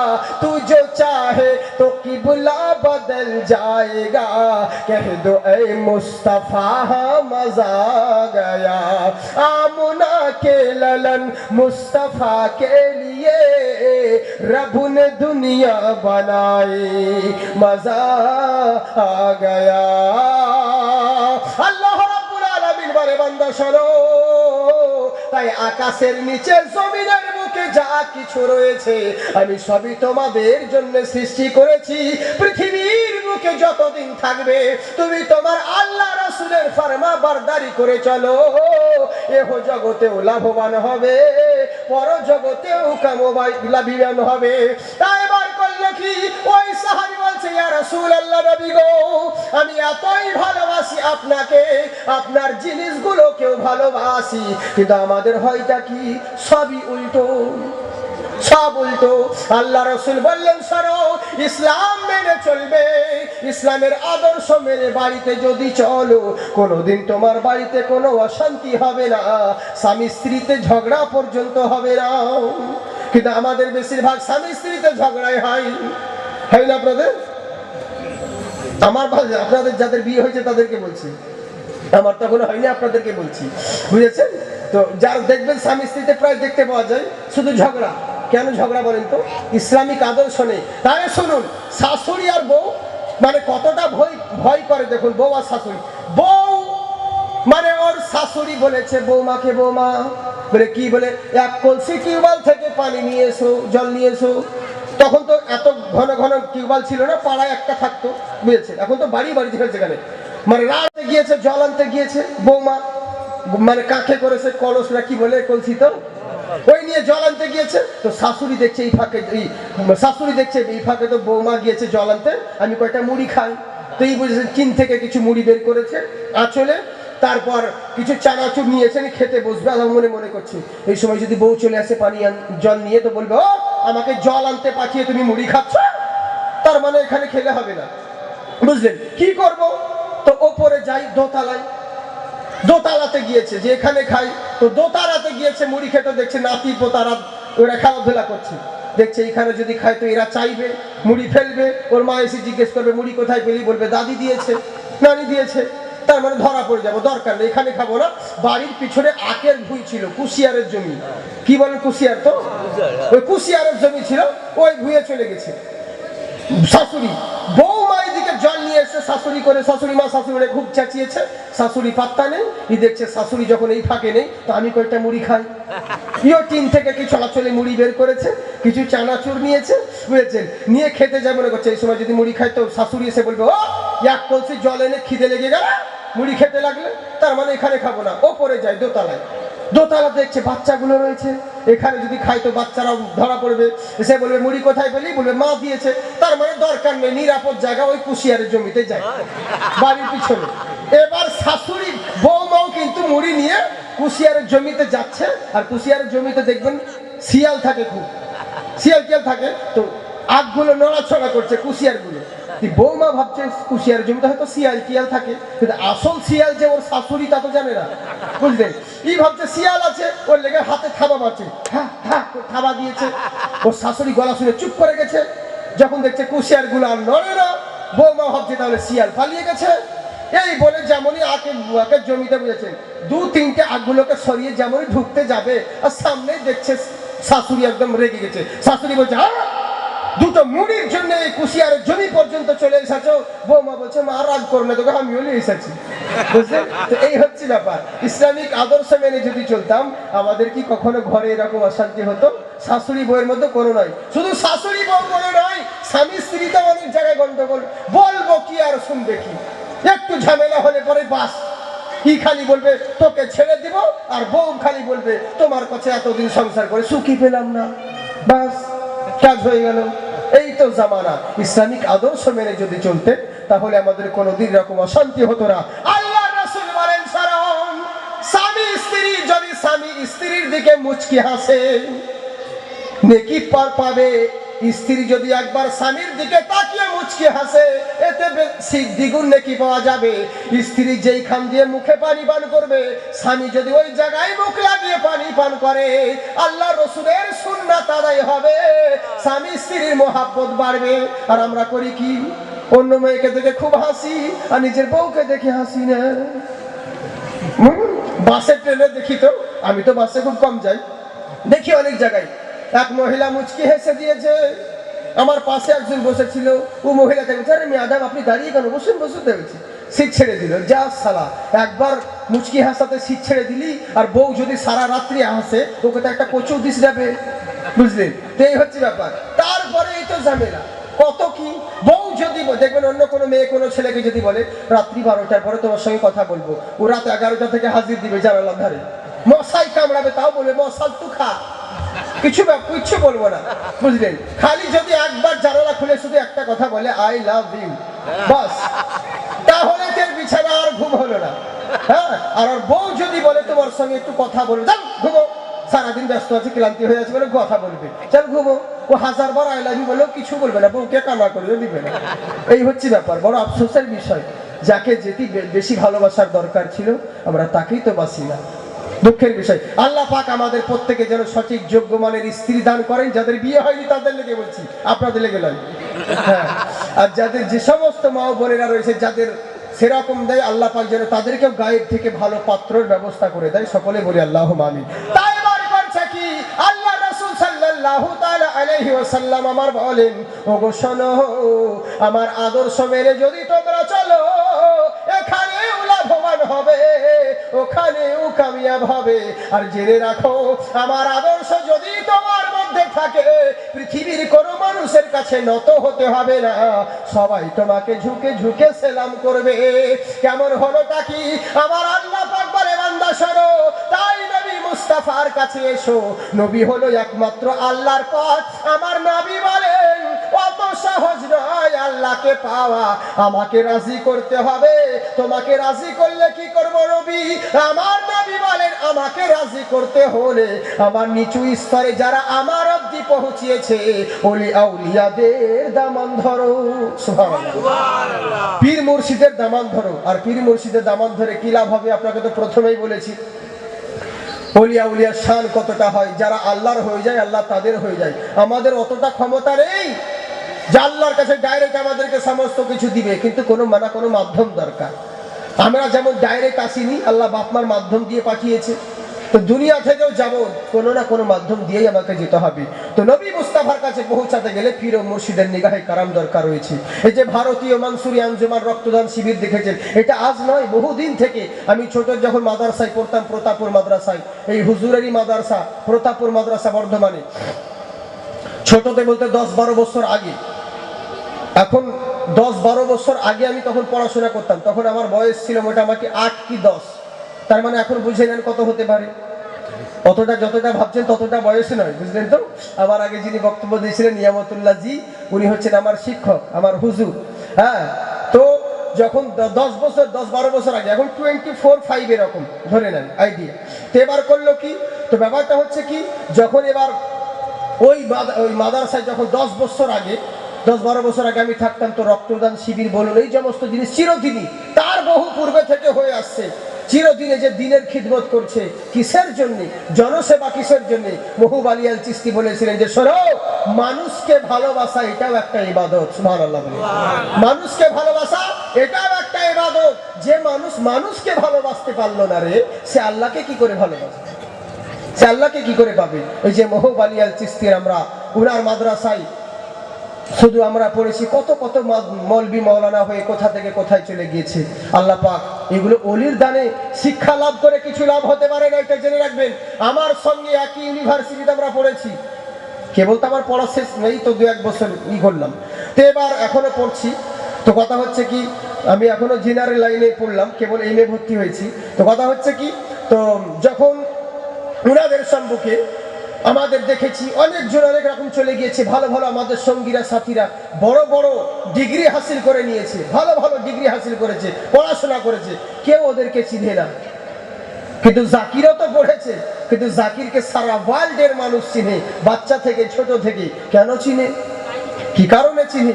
ও শিক্ষা লাভ করেছে, আমিও করেছি, কি কারণে সেটা তো বলবেন। ও শিক্ষা লাভ করেছে, ও শিক্ষার বড়াই করেছে, কিন্তু জেনে রাখো সব শিক্ষা দিয়ে সব কিছু হয় না, কিছু আল্লাহর তরফ থেকেও জ্ঞান লাভ করতে হয়। এটা তো জেনারেল নলেজ, কিন্তু আধ্যাত্মিক নলেজও দরকার থাকে। আর সেই যতক্ষণ পর্যন্ত পীরের গোলামি না করবে কখনোই লাভবান হতে পারবে না। ওরা পীরের গোলামি করেনি, ওদেরকে কেউ চিনে না, ওদের কবরেও কেউ পেশাব ফিরতে পর্যন্ত যায় না। যারা পীরের গোলামি করেছে তাদেরকে সারা ওয়ার্ল্ড চিনে, তাদের কবরে লোকে হাজার হাজার টাকা খরচ করে উরুস করে। সুবহানাল্লাহ বলে। কেন? তারাও তো মানুষ, এও মানুষ, কিন্তু এটা ভাগ্যবান যে পীরের গোলামি করেছে। তো জাকির পীরের নজরে পড়েছে বলে আজকে সারা ওয়ার্ল্ড জাকিরকে চিনে, বুঝেছেন? আজকে যে কোনো এমন কোনো দেশ নেই, বিভিন্ন দেশে অনেকজন অনেক রকম কথা বলে, ইন্টারনেট বা যাই হোক, ক্যামেরা করছেন ভাই জি আমাদের, আমি এরই জন্যই বলছি, হক কথা বলতে হয়। অনেকজন অনেক বলে যে জাকির হোসেন চতুর্বেদী কোথায় পড়াশোনা করেছেন, কোথায় কি করেছেন। আমি এই প্রতাপপুর মাদ্রাসায় হচ্ছে আমার প্রথম মাদ্রাসা। আমার আগে যিনি বক্তব্য রাখছিলেন মৌলানা নিয়ামতুল্লাহ জি, সবুজ পাগড়ি পরে দেখেছিলেন তো, হ্যাঁ নিয়ামতুল্লাহ জি, উনি হলেন আমার প্রধান গুরু, প্রথম শিক্ষক, বুঝেছেন। আর আমি গর্ব করে বলি যে আমি ওই হুজুরের ছাত্র, সত্যি নিজের ছেলের মতন ভালোবাসে। তা আমি ওই ওনার কাছে পড়াশোনা করেছি, উনি হচ্ছেন আমার লাইফের প্রথম মানে ওস্তাদ, প্রথম শিক্ষক। তো এই হচ্ছে ব্যাপার। তো ওনার হাতে এরকম আমাদের মতন কত মৌলবি, কেউ বলতে পারবে যে তোরা যে প্রতাপপুরকে জঙ্গল মহল মনে করছি, বড় বড় শহরের মাদ্রাসার কোনো নামগন্ধ নেই। জঙ্গলে পড়ে থাকা একটা মাদ্রাসার ছাত্র সারা ওয়ার্ল্ডে ভ্রমণ করে, কিসের কারণে? জঙ্গলের কোনো ক্ষমতা নেই, কোনো মাদ্রাসার কোনো ক্ষমতা নেই, ওই মাদ্রাসায় যে অলি কদম রেখেছে সেই অলির পায়ের ক্ষমতা। সুবহানাল্লাহ। এই জন্য বলে পীরের নকশা এঁকেছে যার দিলে, জেনে রাখো বেশক সেই দিল গিয়েছে তাদের সঙ্গেই মিলে। আজকে চিন্তা করুন, হিন্দুস্তানের বুকে খাজা মঈনুদ্দিন চিশতির এসেছেন, আর আমরা খাজার হিন্দুস্তানের মুসলমান, খাজার হিন্দুস্তানের মুসলমান। তো শুনুন, তো খাজা পিয়ার জন্য যখন কথা চলে এলো, তো আমি একটা দুটো লাইন বলেই দিই খাজার জন্য। কত সুন্দর বাংলাতে বলে, খাজা তোমার নাম কি বজা, জপি দিবস রজনী মহিউদ্দিন নামখানি। উর্দুতে কি বলছে দেখুন, খাজা হামারা হিন্দ কা রাজা कल भी था और आज भी है, कल भी था और आज भी है। এটা ভুটান বর্ডারের দিকে, তো নিউ আলিপুর দুয়ার পড়ছে নাকি এগুলো, নিউ আলিপুর দুয়ার। তো যাই হোক, তো কথা হচ্ছে কি, তা আপনারা মন মারা হয়ে যাচ্ছে, মনে হচ্ছে আপনাদের ঘুম আসছে, জোরে বলেন সুবহানাল্লাহ। খুব দামি দামি কথা বলছি আমি, বুঝলেন? আমি আমার মতন মাইকে বলি, কিন্তু বাবাটা যে এখানে আপনাদের মতে বলছি আমি, যাতে আপনাদের সুবিধা হয়। মোহব্বতের সহিত জোরে বলেন সুবহানাল্লাহ। কে খাজা হামারা হিন্দ কা রাজা কল ভি থা और आज भी है, कल भी था और आज भी है। कि हिंदू मुस्लिम सिख ईसाई सबको दामन भरते हैं, सबको दामन भरते हैं। हिंदू मुस्लिम सिख ईसाई सबको दामन भरते हैं, जारी उनके दर का सदका कल भी था और आज भी है, कल भी था और आज भी है। খাজা পিয়া আমার তখনও রাজা ছিল, এখনো আছে। আমার খাজা পিয়ার জন্য হিন্দুস্তান ধন্য, বুঝলেন? কেমন করে? আপনারা শুনেছেন, যখন খাজা মঈনুদ্দিন চিশতি আমার 40 জন লোক নিয়ে যখন আজমির শরীফে হিন্দুস্তানে এলেন, তো যেই জায়গায় তখন তো পৃথ্বীরাজের জামানা ছিল, তাই তো, ও রাজা ছিল, তোর ওখানে উট বসতো। কথাগুলো মন দিয়ে শুনুন, খুব দামি কথা বলছি। উট বসতো, আর ওই জায়গায় ইনি ফকির সাহেব বসে আছে। তো রাজার কাছে খবর গেল, রাজা মশাই, আমরা বলে কি, বলে আমরা যেখানে উট বেঁধে রাখি, উটকে বসাই, তো সেই জায়গায় কোথাকার কোন ফকির লোকজন নিয়ে এসে ওখানে বসে আছে কয়েকটা লোক। বলে তাই নাকি? বলে হ্যাঁ। টুপি মাথায় দিয়ে তসবি করছে। বলে ওদেরকে হটাও। বলে ও, এখানে আমার রাজার উট বসে, তোদের এখানে জায়গা নেই। হিন্দুস্তানে করে ভণ্ড ফকির টকিরের জায়গা নেই, পালা, অন্য জায়গায় যা, বলে দাও। গিয়ে বলছে যান যান ফকির মশাই, আপনি যে হবেন হন, আপনি এখান থেকে চলে যান, আমাদের উট বসে, এখানে উট বসে থাকবে। তো খাজা মঈনুদ্দিন চিশতি কিছু বললেন না। ইসলাম তো জোর জবরদস্তি তলোয়ারির জোরে আসেনি, আখলাক দেখে, ব্যবহার দেখে। আর খাজা পিয়ারে এহসান মানুষ পৃথিবীর বুকে কেউ ভুলবে না, যিনি একাই 90 লাখ মুসলমান করেছিলেন। সুবহানাল্লাহ বলে। আখলাক দেখে, ব্যবহার দেখে। যখন আমি যদি বলতে যাই যে হিন্দুস্তানে ইসলাম কেমন করে এলো, কে প্রথমে এসেছিল, এই ইতিহাস আমার ইন্টারনেটে একটা বক্তব্য আছে, দেখবেন এনআরসি ডিপার্টমেন্ট একটা প্রোগ্রাম ছিল, ওখানে আমি বলেছিলাম হিন্দুস্তানে কি করে ইসলাম এলো, পৌঁছালো, আমরা কেমন করে ইসলাম পেলাম। আমি ওদিকে যাচ্ছি না, আজকে শর্টকাটে বলি। তো খাজা মঈনুদ্দিন চিশতি বলছে বাবা তোমাদের উট বসে থাকুক, আমরা চললাম, কিছু বললেন না, জবরদস্তি নেই, উঠে গেলেন। এবার যখন উটকে বসানো হয়েছে, উট কিন্তু যখন উঠাবা টাইম হচ্ছে, ওকে তো চড়াতে যেতে হবে, বাইরে পাঠাতে হবে, উঠাতে হবে, উট কিন্তু আর উঠছে না, ওই বসে আছে, লাগাম ধরে টানছে, নাক দিয়ে রক্ত বেরিয়ে যাচ্ছে উটের, উট কিন্তু উঠতে চাই না মাটি থেকে, আর উঠছে না, ওই যে বসেই আছে। রাজার কাছে খবর গেল, রাজা মশাই বহু চেষ্টা করছি এতজন মানুষ মিলে, কিন্তু উটকে কিন্তু আর উঠানো যায় না। তো রাজা চিন্তা করে, তাই নাকি? বললে হ্যাঁ। মনে মনে চিন্তা করলো, আরে তাহলে তো বুঝতেই পারছি কেন আমার উট উঠে না। এরকম কি প্রত্যেক দিন করে? বলে না, আজকেই। আর আমার মন হয়েছে এত কষ্ট করে রক্ত বেরিয়ে যাচ্ছে, তবু উট উঠতে চাই না, তার মানে উট আর উঠবে না। তো রাজা চিন্তা করলো, তাহলে একে আর উঠাতে পারা যাবে না, যে বসিয়েছে সে ফকির না হলে কেউ উঠাতে পারবে না। সেই ফকিরকে ডাকো, যাকে ওই জায়গায় বসেছিল উঠিয়ে দিয়েছিল, যে আমাদের উট বসবে বলে, আর উনি বলেছিলেন তোমাদের উটি বসুক, উট বসুক, আমি চললাম বলে চলে গেছিলেন। তো উনি উট বসিয়েছিলেন, আর কোন মায়ের লাল উঠাতে পারেনি খাজা না হলে। তো যেই খাজার হিন্দুস্তানে বানানো মুসলমানকে কোন বাপের বেটা আছে যে হটাতে পারে? বুঝলেন? যে খাজা মঈনুদ্দিন চিশতির বসানো উটকে কেউ উঠাতে পারেনি, তো খাজা মঈনুদ্দিন চিশতির বানানো মুসলমানকে কেউ হটাতে পারে? কিন্তু আগে মুসলমান তো হও, তাই তো? আগে মুসলমান তো হও। তুমি খাজার মুসলমানের খাজাকেই তো চিনলা না, হে যার জন্য ইসলাম পেলে তাকেই তো চিনলে না, তাকেই তো জানলে না। বলো অমুকের মাজারে গিয়ে কি হবে, অমুক জায়গায় গিয়ে কি হবে। আমাকে কিছু লোকে প্রশ্ন করছে, মৌলভী সাহেব মাজারে চাদর দিলে কি পীরদের কেন দেয়? পীরদেরকে ঠান্ডা লাগে। আলাম মা বোন গরমের দিনে কাপড় পরে বেড়ায়, কিসের লাগিবে? ঠান্ডা লাগে বলে। বলে না, ইজ্জত ঢাকার জন্য। বলে আবে গাধা, তো পীরদের মাজারে চাদর দেয় ঠান্ডার জন্য নয়, আদবের জন্য। আর পীরদের মাজারে চাদর দেওয়াতে এতে ওদের উপকার নেই, তোর আমার উপকার আছে। বলে কেমন করে তোর আমার উপর? নারে তাকবীর, নারে তাকবীর, নারে রিসালাত, নারে রিসালাত।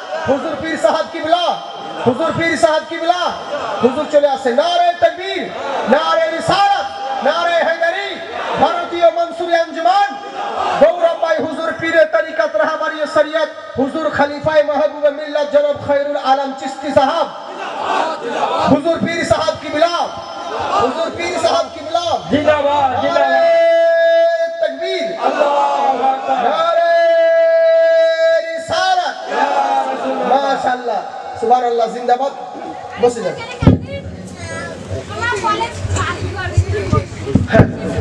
বসুন বসুন, একটু সামনে গিয়ে আসুন, হুজুরের চেহারা দর্শন করুন, ইনশাআল্লাহ এটাও একটা ফাইজ ও বরকত পাবেন। তো বুঝলেন? যে শুনুন, যে তোমরা যে পীরের জন্য বলছো, তো পীরদের মাজারে চাদর দেয়, ওইটা আদব রক্ষার জন্য। আর চাদর দেওয়াতে কি লাভ হবে? তাহলে শুনুন। বলে শোনো, একটা ডাক্তারকে বললাম যে কাজ করো, লাইব্রেরি থেকে বই নিয়ে এসে, তো একটা ভালো বই নিয়ে এসো। ডাক্তার গেল, ঠিক করে মানে আনতে পারলো না। বলে কোরআন মাজিদ নিয়ে এসো, আনতে পারলো না। মাস্টার গেল, মাস্টার কোরআন মাজিদ আনতে পারলো না। একটা ছোট্ট ছেলেকে বললো যা তো লাইব্রেরি থেকে কোরআন শরীফ নিয়ে আয়। তো ছেলেটা গেল, নিয়ে চলে এলো। বলে কি ব্যাপার রে, মাস্টার আনতে পারলো না, যেখানে ডাক্তার কোরআন মাজিদ আনতে পারলো না, আর তুই ছোট ছেলে গেলি আর চলে এলি? বলে হুজুর আমি ওসব কিছু জানি না, আমি মূর্খ ছেলে, আমি কিছু জানি না, আমি শুধু দেখলাম। কথাগুলো শুনুন, আমি যে দেখলাম লক্ষ্য করে, ওইখানে অনেক বই আছে, লাইব্রেরিতে বহুত কিতাব আছে, কিন্তু একটা কিতাব দেখছি সবার থেকে আলাদা। ওই কিতাবে চাদর চড়ানো আছে, জুজদান জড়ানো আছে, কাপড় জড়ানো আছে। বুঝে নিলাম যে কোনো সাধারণ কিতাব নয়, সমস্ত কিতাবের চাইতে এই কিতাব আলাদা। এই লেগে গেলাম আর টুক করে নিয়ে চলে এলাম। তো কোরআন মাজিদে জুজদান দেয়, তাবিজ দেয়, কাপড় দেয়, নিজে কোরআনের জন্য নয়, কোরআন তো কোরআনই আছে, কিন্তু তোমার হেফাজতের জন্য, কারণ দুনিয়ার কিতাবের সঙ্গে তাকে থাকতে হবে। কিন্তু কোনো মানুষ যদি বেউজুতে ছুঁয়ে নেয়, কোনো মানুষ যদি বেহুরমতি কাজে কোরআন শরীফটাকে টাচ করে দেয়, গুনাহ হবে, বেয়াদবি হবে। এর লেগে কোরআনের গায়ে চাদর দিয়ে দেয় যাতে তোমার হেফাজত হয়, তুমি গুনাহ থেকে হেফাজত থাকো। তেমনি পীরদের মাজার, পীরদেরকে দুনিয়ার কবরের সঙ্গে থাকতে হবে। পীরের মাজারে চাদরটা দিলে যেন তুমি আদব করতে পারো না রে না। ওদের কবর আলাদা, এর কবর আলাদা, সাধারণ কবর আলাদা, ওলিয়া উলিয়ার কবর আলাদা। আমার আল্লাহ রাব্বুল আলামিন বলে, বান্দা শোনো, আল্লাহর ওলিদের আমি ক্ষমতা দিয়েছি, ওনারা বেঁচে থাকাকালীন যেই ক্ষমতা দান করেন, যেই ফায়েজ পাওয়া যায়, ওনারা ইন্তেকাল করলে পরে আরো তার চাইতে 7 গুণ ক্ষমতা বাড়িয়ে দিই। সুবহানাল্লাহ। আরো দিতে পারে। বলে কেমন করে? হ্যাসাক দেখেছেন? হ্যাসাক, হ্যাঁ, সেই ল্যাম্প জ্বলে, পান করতে হয়, পান করতে হয়। আগুন জ্বালালেন, গ্যাস দিলেন, সবকিছু, কেরোসিন আছে, পেট্রোল আছে, ল্যাম্পও দিয়েছেন ভালো, তবু কিন্তু জ্বলছে না। কেন জ্বলে না? পান করতে করতে করতে যখন ল্যাম্পটা পুরো পুড়ে ছাই হয়ে গেল, তারপরে আস্তে আস্তে করে ফোকাস দিতে লাগি। তুমি আল্লাহর ওলিরা জিন্দা থাকতে যতটা ক্ষমতা থাকে, তার থেকে দুনিয়া থেকে বিদায় নেওয়ার পর আল্লাহ পাক তাদের আরো 7 গুণ ক্ষমতা বাড়িয়ে দেয়। জোরে বলে সুবহানাল্লাহ। এই জন্য বলি, আমার মেহবুব সারসারে খুব সুন্দর কথা বলছি, ঈমান তাজা হয়ে যাবে মহব্বতে। সুবহানাল্লাহ বলেন। যার শেষ ভালো তার সব ভালো। এই আপনাদেরকে বলি, আপনারা দোয়া করবেন আমার যেন এরকম হুজুররা দ্বীনের খিদমত করতে পারে, আমরাও যেন সকলে এগিয়ে আসতে পারি। এই ভারতীয় মানসুরি আঞ্জুমানের পক্ষ থেকে আমরা বলা হচ্ছে, আর এদিকেও যেন আমরা দেখতে পারি। এটাও হচ্ছে একটা দ্বীনের খিদমত। জানি না কে কবে